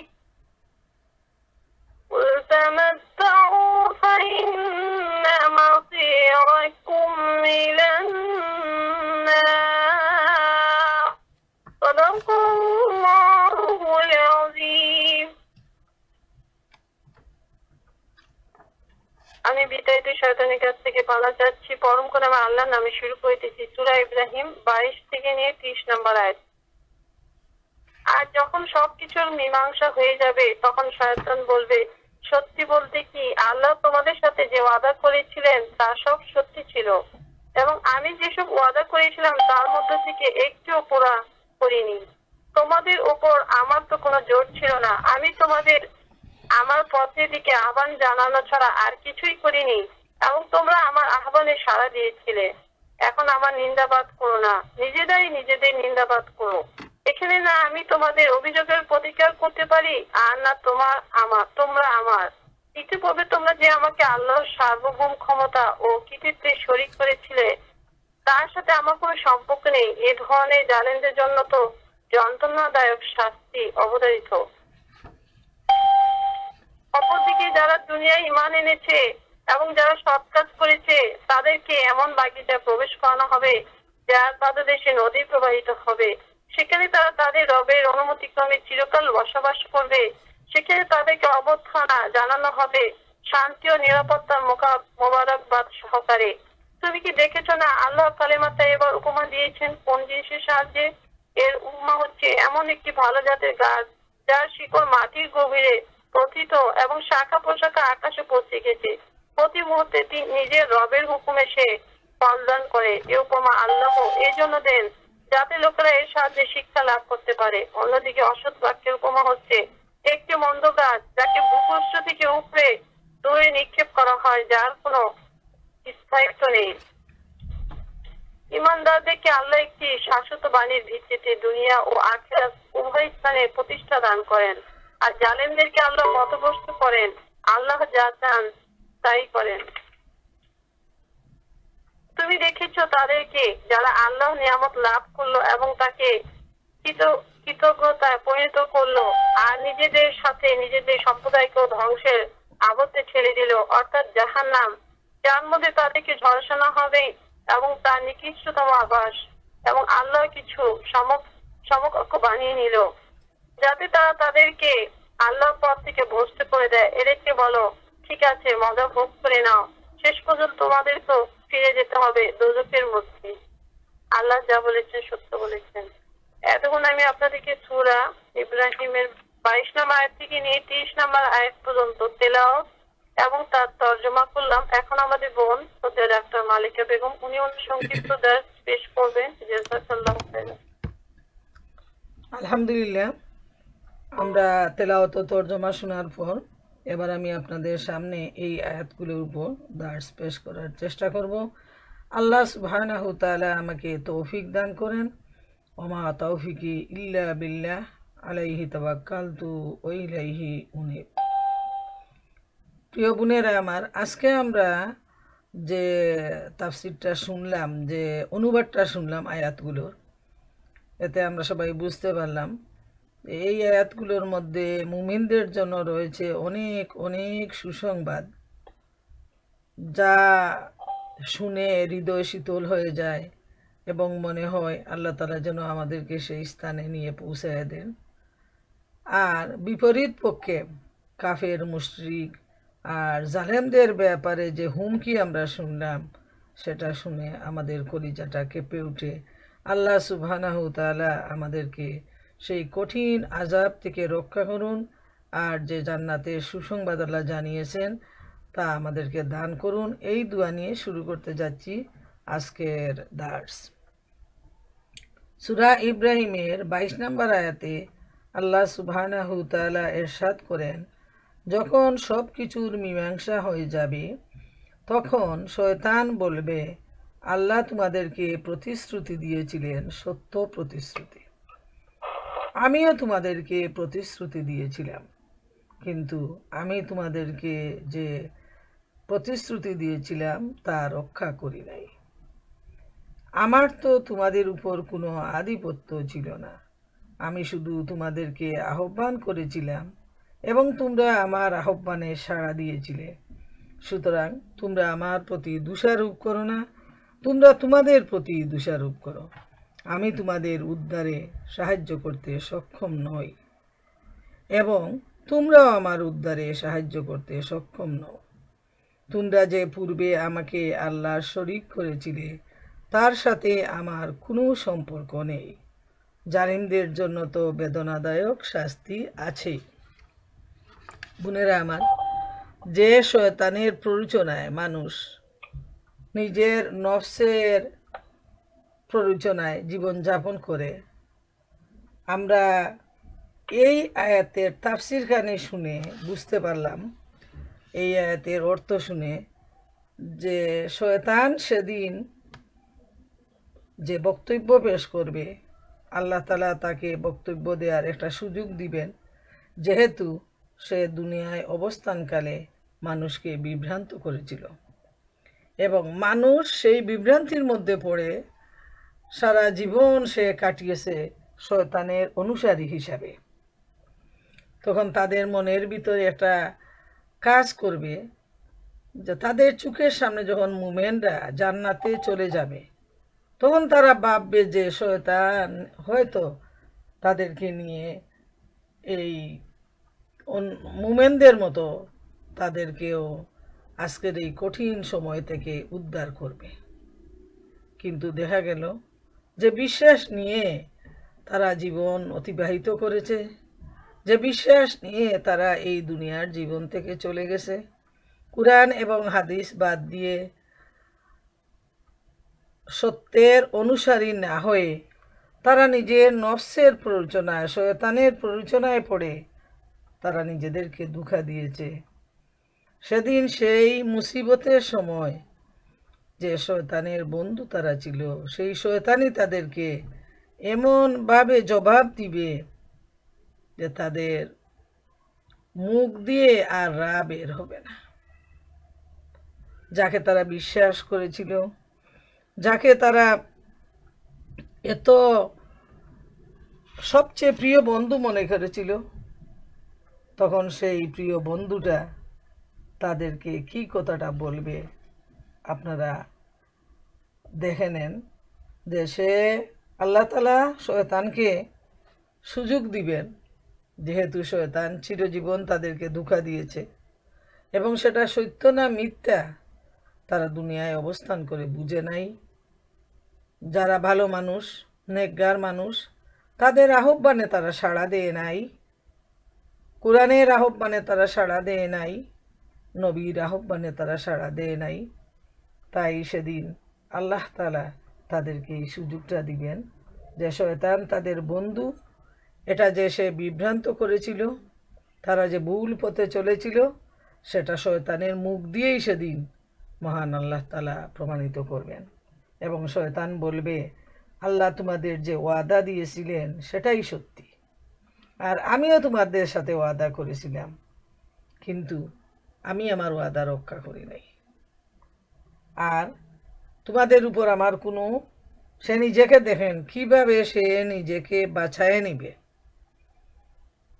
যে আমি তো তোমাদেরকে কোনো জোর করি নাই, তোমাদেরকে টেনে হেসড়েও আনি নাই, বরং তোমরা নিজেদের ইচ্ছাই তোমরা আমার সাথে এসেছো, তোমরা আমার বন্ধু হয়েছো, তোমরা আমাকে অনুসরণ করেছো তোমাদের মনের আনন্দের জন্য। এবং আসলে এই ব্যাপারটা স্বাভাবিক। বোনেরা আমার, একটু যদি লক্ষ্য করেন, আমরা মানুষকে যখন কোরআনের মজলিসে দাওয়াত দিই, যেমন মনে করেন এই কনফারেন্স 10 বছর থেকে চলতেছে, কত দাওয়াত আমাদের বোনেরা দিতেছে। সেই হিসাবে সবাই যদি দাওয়াত গ্রহণ করত আর এই কোরআনের মজলিসে উপস্থিত হতো, তাহলে 500-এর উপর মানুষ ছড়িয়ে যেত। কিন্তু মানুষ দুনিয়াকে নিয়ে এত পাগল পারা, দুনিয়াকে নিয়ে এত ব্যস্ত যে শয়তানের বন্ধু হয়ে সে বৈশাখী মেলায় যায়, শয়তানের অনুসরণে সে নানা ধরনের আনন্দ ফুর্তির মেলা নিয়ে, গল্প গুজব নিয়ে, তারপর বিভিন্ন ধরনের মুভি নিয়ে সে এতই ব্যস্ত যে কোরআনের মজলিস তাকে আকৃষ্ট করতে পারে না। খুব অল্প সংখ্যক মানুষ যারা আল্লাহর প্রিয় বান্দি, তারাই এই কোরআনের মজলিসে আকৃষ্ট হয়ে 10 বছর যাবৎ তারা কামড়ে ধরেছে এই কোরআনের মজলিসকে। সুবহান আল্লাহ। আল্লাহ তাআলা যেন এভাবে কোরআনের মজলিসে রেখে আমাদেরকে দুনিয়া থেকে নিয়ে যান, এই দোয়াটা আমরা আল্লাহ তাআলার কাছে করি।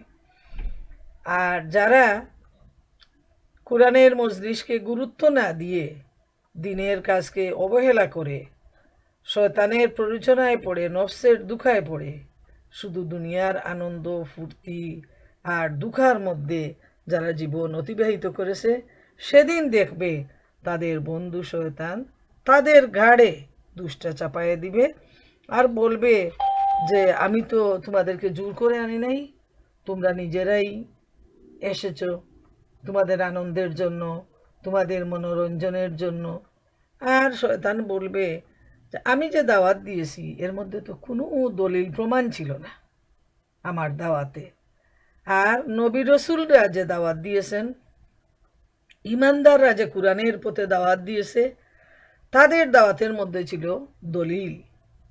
আমরা যে আজকে আলোচনা করতেছি মহাগ্রন্থ আল কুরআন থেকে, আমরা যখন যে কোনো একটা বিষয়ে আলোচনা করি তখন কোরআন এবং হাদিস থেকেই আমরা আলোচনা করি, আমাদের কাছে রয়েছে দলিল। কিন্তু শয়তানের যে এই আহ্বান, এর মধ্যে কোনো দলিল ছিল না, বরং নিজেদের নফসের আনন্দের জন্য এই লোকেরা শয়তানের অনুসরণ করেছে। অতএব সবচেয়ে কঠিন মুসিবতের দিনে তাদের বন্ধু তখন পালায়ে যাবে। আর অন্যদিকে যারা মুমিন, যারা পরহেজগার দিনদার, যারা একে অন্যকে কোরআনের দিকে আহ্বান করেছে, দিনের পথে আহ্বান করেছে, সেদিন ঠিকই তারা বন্ধু হয়ে দলে দলে তারা জান্নাতের দিকে যাবে ইনশাআল্লাহ।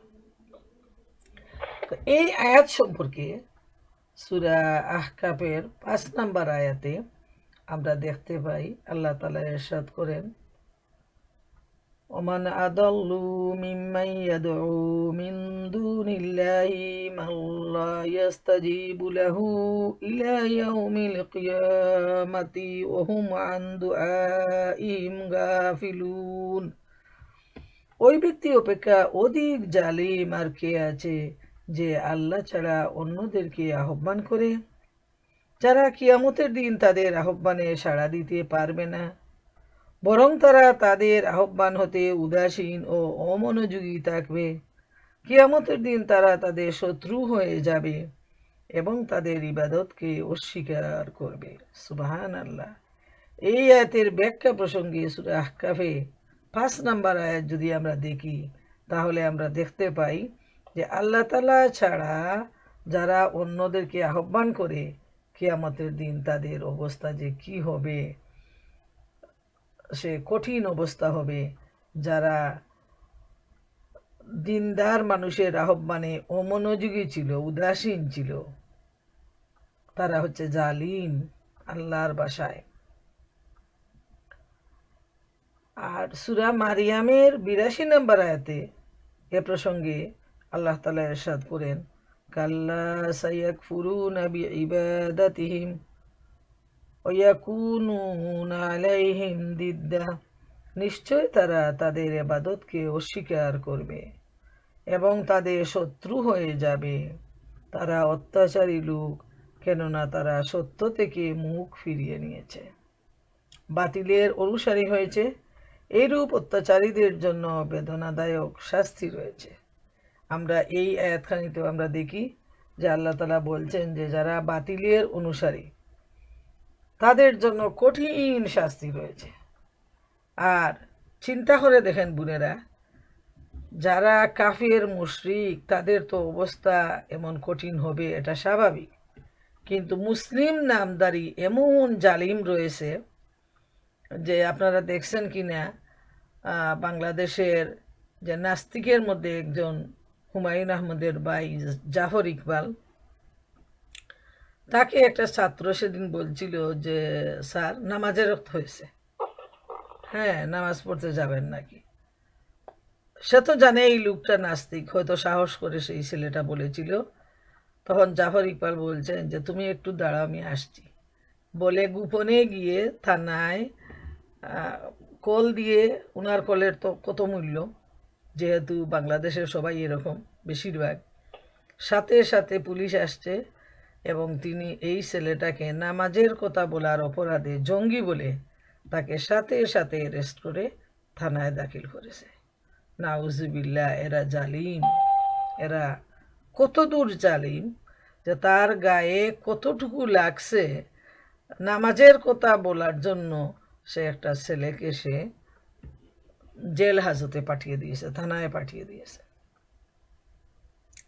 এরপর আমরা দেখি যে যারা আল্লাহ তাআলা বলছেন যে যারা জাহান্নামী হবে, যারা আল্লাহর অবাধ্য হবে, নবীর অবাধ্য হবে, তাদের সম্পর্কে আল্লাহ তাআলা বলছেন সাওয়াউন আলাইনা আজাজিনা আম সাবারনা মা লানা মিন মাহিস। সূরা ইব্রাহিমের 21 নম্বর আয়াত। এখন আমাদের ধৈর্যচ্যুতি ঘটুক বা আমরা ধৈর্যশীল হয়ে যাই, একই কথা, আমাদের কোনো নিষ্কৃতি নেই। ওই সময় এই ব্যাপারটা আসছে যে যখন তারা দেখবে তাদের চোখের সামনে মুমিনরা দলে দলে জান্নাতের দিকে এগিয়ে যাচ্ছে, তখন তারা অস্থির হয়ে যাবে আর একে অন্যকে বলবে যে চলো আমরা ধৈর্যশীল হই। এই লোকেরা কিন্তু খুব ধৈর্যশীল ছিল, আর এই ধৈর্যের জন্য আজকে তারা জান্নাতি হয়ে গেছে, জান্নাতের দিকে তারা যাচ্ছে। তো আমরা যদি অনেক কষ্টের পর আমরা সবর ধারণ করি, আমরা নীরব হয়ে যাই, তাইলে হয়তো আল্লাহ তাআলা আমাদেরকে জান্নাতে নিয়ে দিবেন, আমাদেরকে জান্নাতে যাওয়ার অনুমতি দিবেন। তখন তারা এত কষ্ট হবে, এত শাস্তি হবে, কিন্তু এত শাস্তির পর তারা হই হুল্লোড় করবে না, চিৎকার করবে না, নীরবে সইবে। কিন্তু যখন দেখবে তারপরও কোনো খবর নেই, তখন তারা বলবে আমাদের জন্য তো সবই সমান, আমরা ধৈর্যশীল হই আর নাই হই, আজকের দিনে আমাদেরকে আর রক্ষা করা হবে না। বোনেরা আমার, এই ধৈর্য তো দুনিয়ার জন্য, দুনিয়ার জন্য পরীক্ষা। আখেরাতে গিয়ে ধৈর্যশীল হওয়া না হওয়া সবই তো সমান, ওখানে তো আর করার কিছু নেই। তাইলে আমরা এত কঠিন যে আযাব, কঠিন যে অবস্থা হবে সেদিন, যারা শয়তানের অনুসারী হবে তাদের অবস্থা এমন কঠিন হবে, শয়তান তাকে নির্দোষ প্রমাণিত করবে এবং তাদের ঘাড়ে সমস্ত দোষ চাপিয়ে দিয়ে সে বলবে যে তোমরা তোমাদের মতো থাকো, আমিও আমার মতো থাকি, আমাকেও কেউ বাঁচাবে না আজকে, আর তোমাদের কেউ কেউ বাঁচাবে না। এখন যার যার শাস্তি নিয়ে সবাই ভোগ করতে থাকো। 23 নম্বর আয়াতে আল্লাহ তাআলা ইরশাদ করেন, যারা ঈমান আনে ও সৎকর্ম করে তাদেরকে দাখিল করা হবে জান্নাতে, যার পাদদেশে নদী প্রবাহিত, সেটায় তারা চিরস্থায়ীভাবে অবস্থানকারী হবে। তাদের প্রতিপালকের অনুমতিক্রমে সেটায় তাদের অভিবাদন হবে সালাম। সুবহানাল্লাহ। এই 22 নম্বর আয়াতে এদের অবস্থা আমরা দেখে নিলাম, যারা আল্লাহ দ্রোহী, যারা কাফির, মুশরিক, পাপী, শয়তানের বন্ধু, তাদের অবস্থা যে কি কঠিন হবে। আর ইমানদারদের অবস্থা, যারা ঈমান আনার পর নেক আমল করবে, আল্লাহ তাআলা বলছেন তাদেরকে আল্লাহ তাআলা জান্নাতে স্থান দিবেন, সেখানে নদী প্রবাহিত হয়ে যাবে এবং সেখানে তারা চিরদিন অবস্থান করবে। সুবহানাল্লাহ। এত বড় সুসংবাদ এই মুমিনদের জন্য, যারা নেক মানুষ, তাদের জন্য আল্লাহ তাআলা এত বেশি দান করবেন যে আমরা যদি মহাগ্রন্থ আল কুরআনের জান্নাতের আয়াতগুলো যদি আমরা দেখি, আর নবী করিম সাল্লাল্লাহু আলাইহি ইসলাম যে হাদিসগুলো বর্ণনা করেছেন, আমাদের অন্তর শীতল হয়ে যায়। জান্নাত এমন এক জায়গা যে সেখানে শুধু শান্তি আর শান্তি আর তৃপ্তি। যেমন সূরা জুমারের 73 নম্বর আয়াতে মহান আল্লাহ তাআলা ইরশাদ করেন, হাত্তা ইজা জাউহা ওয়া ফুতিহাত আবওয়াবুহা ওয়া ক্বালা লাহুম খাজানাতুহা সালামুন আলাইকুম। যখন তারা জান্নাতের নিকট উপস্থিত হবে ও এর দরজাসমূহ খুলে দেয়া হবে এবং জান্নাতের রক্ষীরা তাদেরকে বলবে তোমাদের প্রতি সালাম। সুবহানাল্লাহ। এত বড় সুসংবাদ যারা পেয়ে যাবে তারাই হলো ভাগ্যবান। অন্যত্র আল্লাহ তাআলা ইরশাদ করেন, ওয়ায়ুলাক্কাউনা ফিহা তাহিয়াতাও ওয়া সালামা, তাদেরকে সেটায় অভ্যর্থনা করা হবে অভিবাদন ও সালাম সহকারে। এখন চিন্তা করে দেখেন, দুনিয়ায় মানুষ একটা সালাম পাওয়ার জন্য অনেক আকাঙ্ক্ষিত হয়। যারা একটু সম্মানিত মানুষ হয়ে যায়, একটু উপরের লেভেল, ওনারা মনে করে যে আমরা শুধু সালামই পাবো। তারা সালাম দেয়া জানে না, ভুলে যায়। যারা ইমানদার, পরহেজগার এরা নয়। সাধারণ মানুষের মধ্যে যারা চেয়ারম্যান, মেম্বার, মন্ত্রী, মিনিস্টার এই পর্যায়ে যারা চলে গেছে, এরা মনে করে সমাজের সবাই তাদের অধীনস্থ এবং তারাই সম্মানিত, আর তাদেরকে সবাই শুধু সালাম সালাম দিবে। এই সালামের জন্য তারা বড়ই কাঙ্গাল। কিন্তু দুনিয়ার এই সালাম দিয়ে কি হবে? যারা তাদেরকে সালাম দেয় এরা সালামের আসল অর্থ বুঝে না, আর যারা সালামের জন্য আকাঙ্ক্ষিত তারাও কিন্তু সালামের অর্থ বুঝে না, শুধু দুনিয়ার সম্মানটাই বুঝে। সালাম যে রহমত, সালাম যে দুয়া, সালাম যে শান্তি, এই মানুষগুলার ভিতরে এই জ্ঞান নেই। যারা দিনদার, পরহেজগার, এরা সালামের আকাঙ্ক্ষী নয়, বরং এরা নিজেরাই মানুষকে সালাম দেয় আগে, যেহেতু আগে সালাম দেয়া উত্তম। এবং নবী করিম সাল্লাল্লাহু আলাইহি ইসলাম অসংখ্য হাদিসে বলছেন যে সালামের প্রসার করো, সালামের প্রসার করো। সালাম দেয়া সুন্নত, সালামের উত্তর দেয়া ওয়াজিব। সালাম আগে দেয়া উত্তম। আর আল্লাহ রব্বুল আলামিন তার জান্নাতি বান্দাদের সম্পর্কে বারবার ঘোষণা দিচ্ছেন যে সেখানে সালাম দেয়া হবে। আর এই সালাম মহান আল্লাহর পক্ষ থেকে আসবে, ফেরেশতাদের পক্ষ থেকে আসবে, যে শুধু শান্তি আর শান্তি জান্নাতি বান্দাদের জন্য। সূরা ইউনূসের 10 নম্বর আয়াতে আল্লাহ তাআলা ইরশাদ করেন, দাওয়াহুম ফিহা সুবহানাকা আল্লাহুম্মা ওয়া তাহিয়াতুহুম ফিহা সালামুন ওয়া আখিরু দাওয়াহুম আনিল হামদুলিল্লাহি রাব্বিল আলামিন। সেটায় তাদের ধ্বনি হবে, হে আল্লাহ তুমি মহান, তুমি পবিত্র, এবং সেটায় তাদের অভিবাদন হবে সালাম, এবং তাদের শেষ ধ্বনি হবে প্রশংসা বিশ্বজগতের প্রতিপালক আল্লাহর প্রাপ্য। এটা হবে মুমিনদের ভাষা। মুমিনরা এই কথাগুলো বলবে আল্লাহকে। তারা বলবে, হে আল্লাহ তুমি মহান, তুমি পবিত্র, আল্লাহর শুধু গুণগান ঘোষণা করতে থাকবে। আর আল্লাহ তালার পক্ষ থেকে তাদের জন্য সালাম আসবে, যেমন সূরা ইয়াসিনে বলা হয়েছে, সালামুন কাওলাম মির রাব্বির রাহিম। রহমানের পক্ষ থেকে তাদের প্রতি সালাম পাঠানো হবে, শান্তি। এই সালাম হলো শান্তি। কিন্তু যারা সম্মানের আকাঙ্ক্ষী, তারা শান্তি বুঝে না।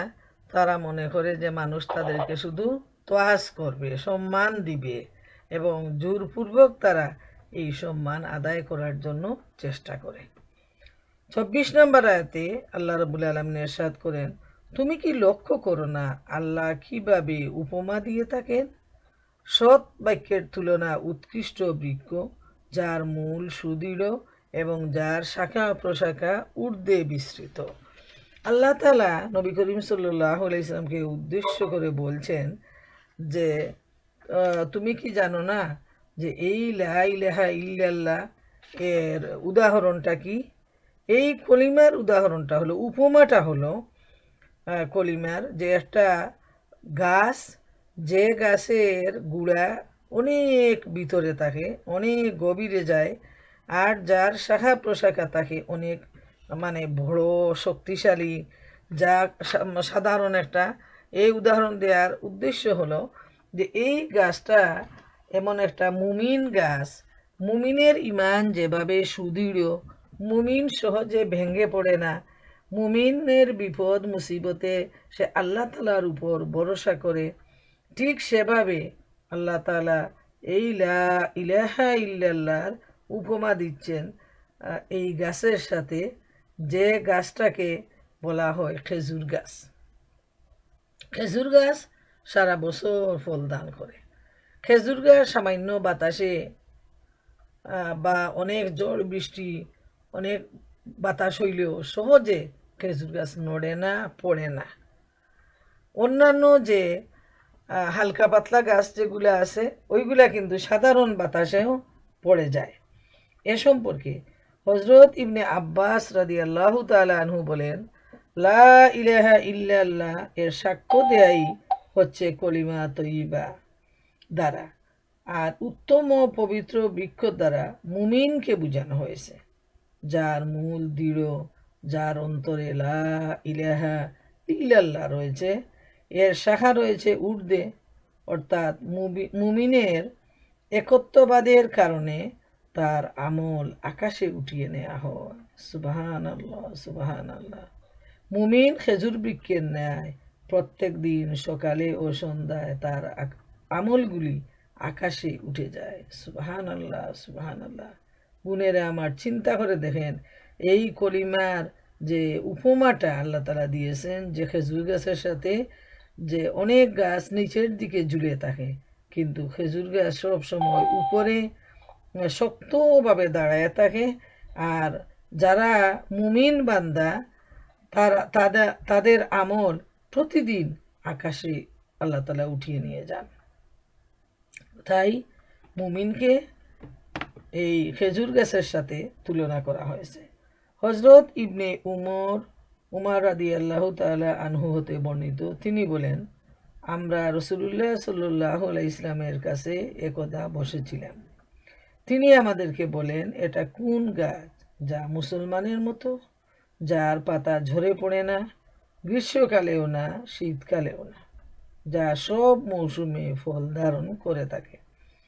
হযরত আব্দুল্লাহ ইবনে ওমর রাদিয়াল্লাহু তাআলা আনহু বলেন, আমি মনে মনে বলে দেই ওটা খেজুর গাছ, কিন্তু আমি দেখলাম মজলিসে হজরত আবু বকর রাদিয়াল্লাহু তাআলা আনহু, ওমর রাদিয়াল্লাহু তাআলা আনহু রয়েছেন এবং তারা নীরব আছেন, কাজেই আমিও নীরব থাকলাম। রাসূলুল্লাহ সাল্লাল্লাহু আলাইহি ওয়াসাল্লাম বললেন, এটা হচ্ছে খেজুরের গাছ। এখান থেকে বিদায় হয়ে আমি আমার পিতা ওমর রাদিয়াল্লাহু তাআলা আনহুকে একথা বললে তিনি বলেন, হে আমার প্রিয় বৎস, যদি তুমি এই উত্তর দিয়ে দিতে তবে এটা আমার কাছে সমস্ত কিছু পেয়ে যাওয়ার অপেক্ষা প্রিয় ও পছন্দনীয় ছিল। এই হাদিসটি বুখারী শরীফে রয়েছে।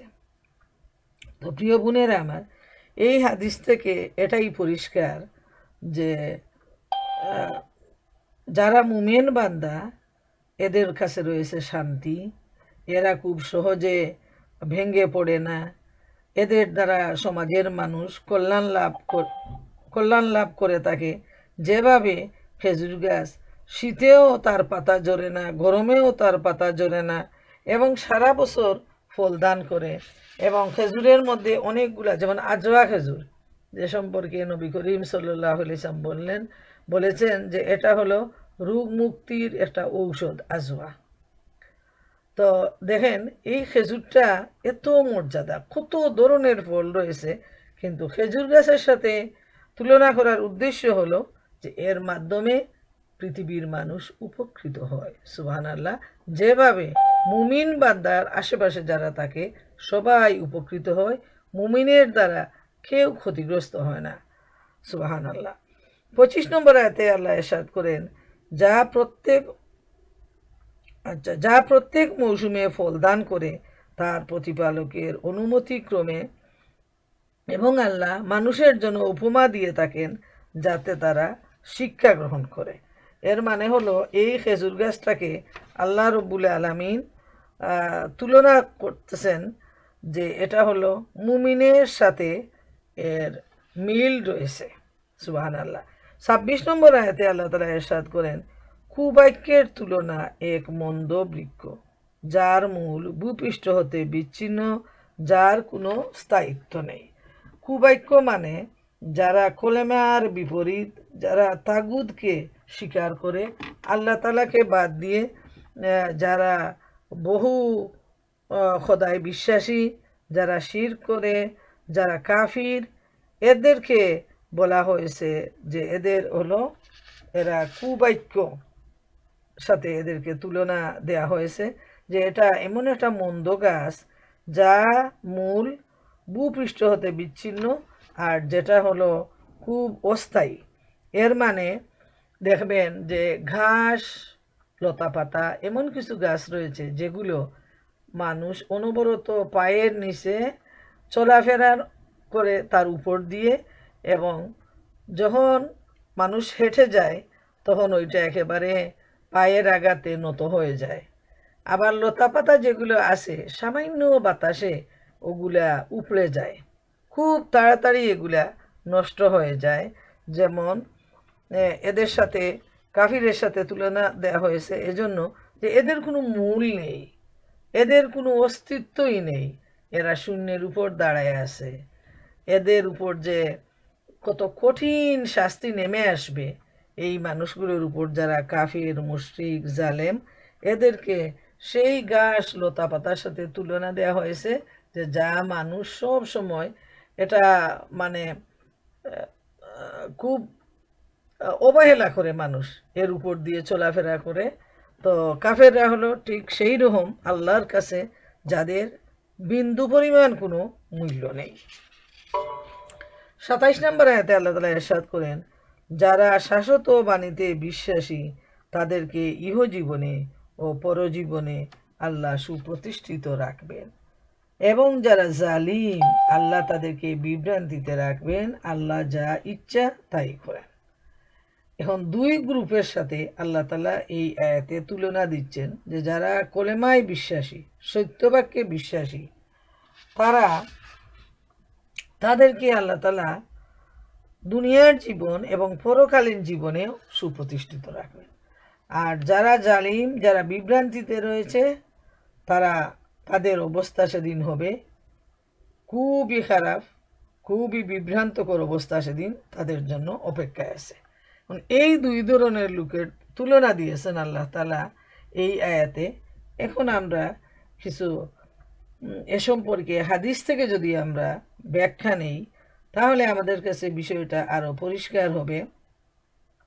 যেমন সহিহ বুখারী হযরত বারা ইবনু আজিব রাদিয়াল্লাহু তাআলা আনহু হতে বর্ণিত, রাসূলুল্লাহ সাল্লাল্লাহু আলাইহি ওয়াসাল্লাম বলেছেন, মুসলমানকে যখন তার কবরে প্রশ্ন করা হয় তখন সে সাক্ষ্য দেয় আল্লাহ ছাড়া আর কোনো উপাস্য নেই এবং মুহাম্মদ সাল্লাল্লাহু আলাইহি ওয়াসাল্লাম আল্লাহর রাসূল।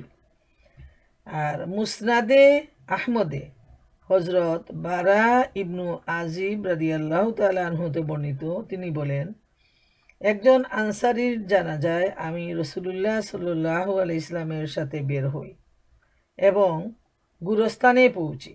তখন পর্যন্ত কবর তৈরির কাজ শেষ হয় নাই।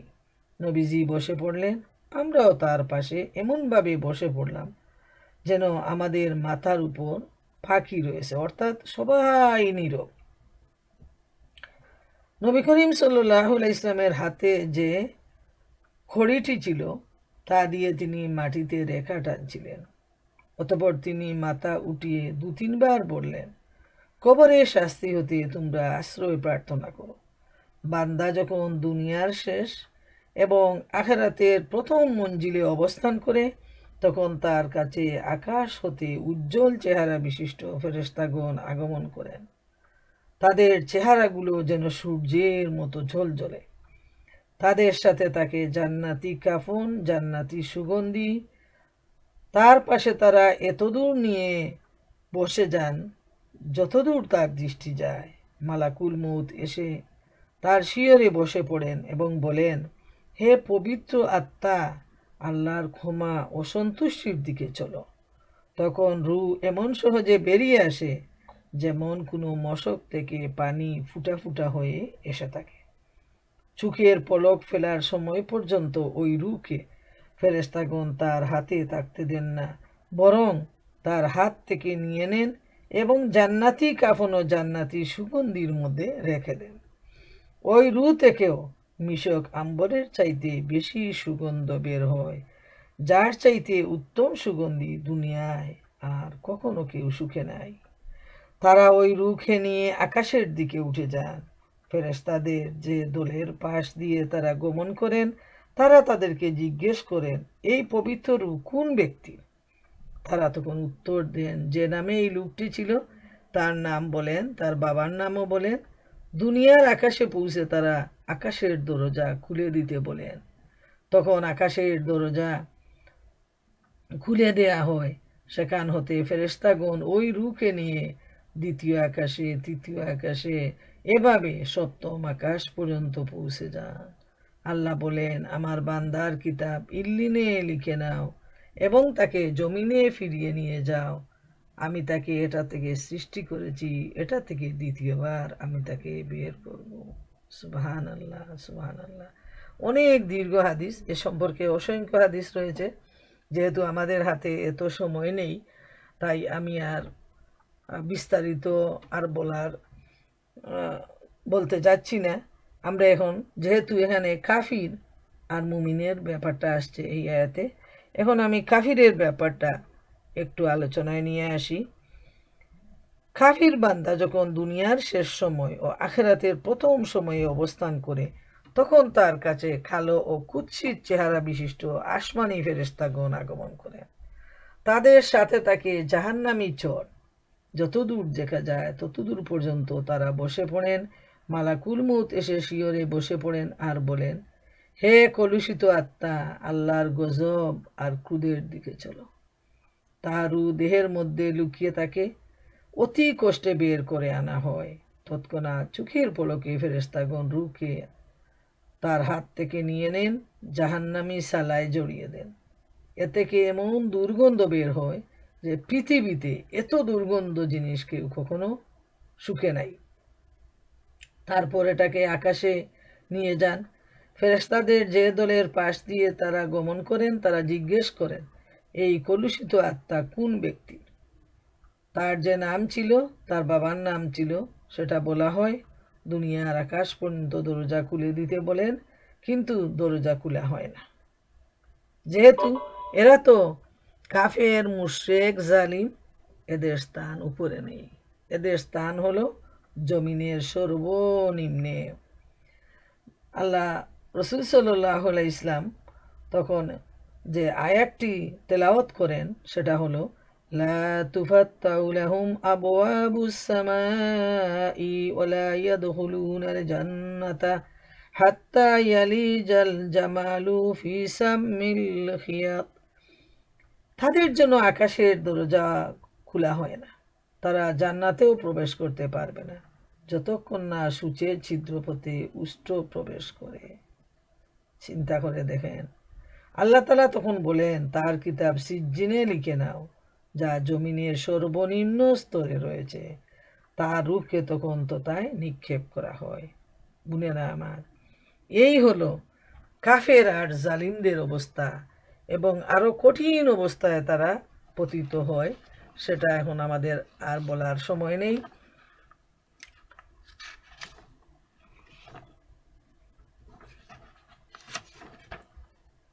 এরপর 28 নম্বর আয়াতে আল্লাহ তাআলা ইরশাদ করেন, তুমি কি তাদের প্রতি লক্ষ্য করো না যারা আল্লাহর অনুগ্রহের বদলে অকৃতজ্ঞতা প্রকাশ করে এবং তাদের সম্প্রদায়কে নামিয়ে আনে ধ্বংসের ক্ষেত্রে।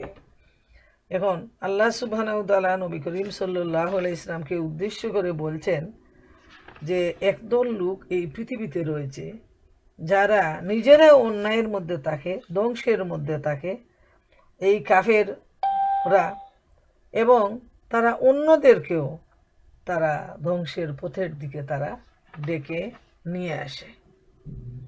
এরা হলো কাফের, মুশরিক এবং আল্লাহর নাফরমান বান্দারা, যারা নিজেরাও ধ্বংসের মধ্যে এবং অন্যদেরকেও তারা ধ্বংসের মধ্যে টেনে নিয়ে আসে। 29 নম্বর আয়াতে আল্লাহ তাআলা ইরশাদ করেন, জাহান্নামে যার মধ্যে তারা প্রবেশ করবে, কত নিকৃষ্ট এই আবাসস্থল। চিন্তা করে দেখেন বোনেরা, জাহান্নামের যে কঠিন অবস্থা, সেই অবস্থাটা কি পরিমাণ কঠিন সেটা বর্ণনা করে কোনোদিন শেষ হবে না। বরং আমরা যদি বর্ণনা করতে যাই তখন আমরা অস্থির হয়ে যাব, পেরেশান হয়ে যাব যে এত কঠিন অবস্থা রয়েছে সেই জাহান্নামের মধ্যে, যেখানে এই কাফেররা অবস্থান করবে। সেই জাহান্নাম বড় কঠিন একটা জায়গা, যেখানে যাওয়ার পর মানুষ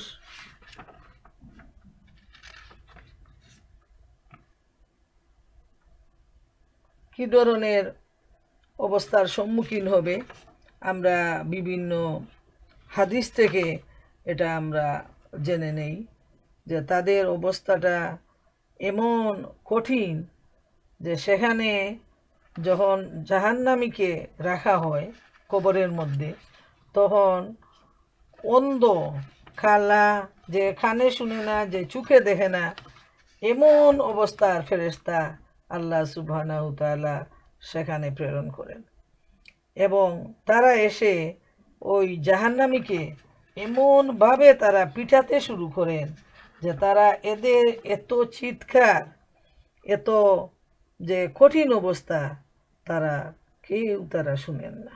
হায় হায়, এরা অন্ধ বধির, এরা, তাদের হাতে থাকে লোহার হাতুড়ি, যদি তা দিয়ে কোনো বিরাট পর্বতে আঘাত করা হয় তবে তা মাটি হয়ে যাবে।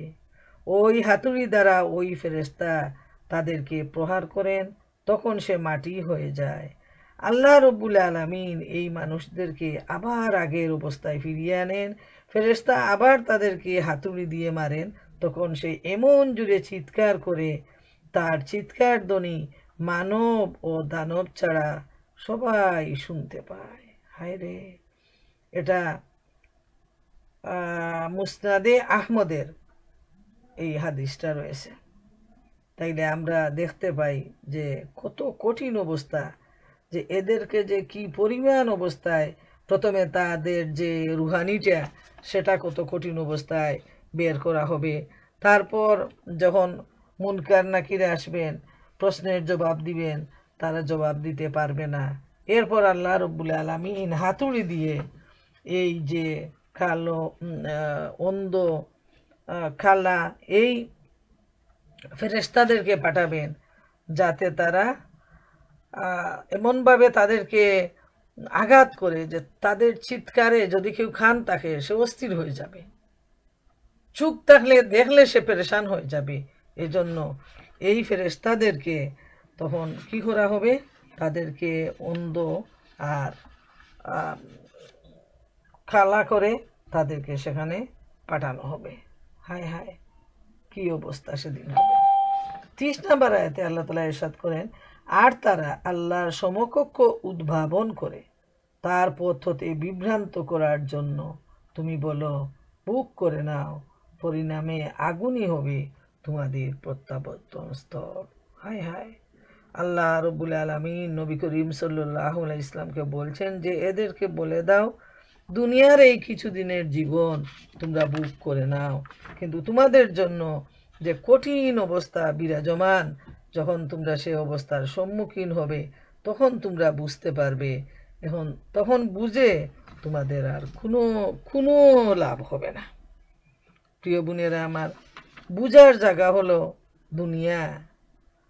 দুনিয়া থেকেই আমাদেরকে বুঝতে হবে, দুনিয়া থেকেই আমাদেরকে কাজ করতে হবে। মনে রাখবেন, দুনিয়ার বাড়িঘর যেমন দুনিয়ায় অবস্থান করে তৈরি করতে হয়, জান্নাতের বাড়ি তেমনি দুনিয়ায় থেকে তৈরি করতে হয়। মৃত্যুর পর আর কোনো আমল করার কোনো সুযোগ নাই। আর এই যে কবরের অবস্থাটা, নবী করিম সাল্লাল্লাহু আলাইহি ইসলাম বারবার তাগিদ দিতেন সাহাবা কেরামদেরকে যে কবর আযাব থেকে পানা চাও, কবর আযাব থেকে পানা চাও। হযরত উসমান রাদিয়াল্লাহু তাআলা আনহু হতে বর্ণিত, তিনি বলেন, রাসূলুল্লাহ সাল্লাল্লাহু আলাইহি ইসলাম যখন কোনো মৃত ব্যক্তির দাফন কাজ শেষ করতেন তখন তিনি সেখানে কিছুক্ষণ দাঁড়িয়ে থাকতেন এবং বলতেন, তোমাদের এই ভাইয়ের জন্য তোমরা ক্ষমা প্রার্থনা করতে থাকো এবং কবরে তার অটল ও স্থির থাকার জন্য আল্লাহর কাছে প্রার্থনা করো। এখন তাকে প্রশ্ন করা হচ্ছে। এই হাদিসটি আবু দাউদ শরীফে আসছে।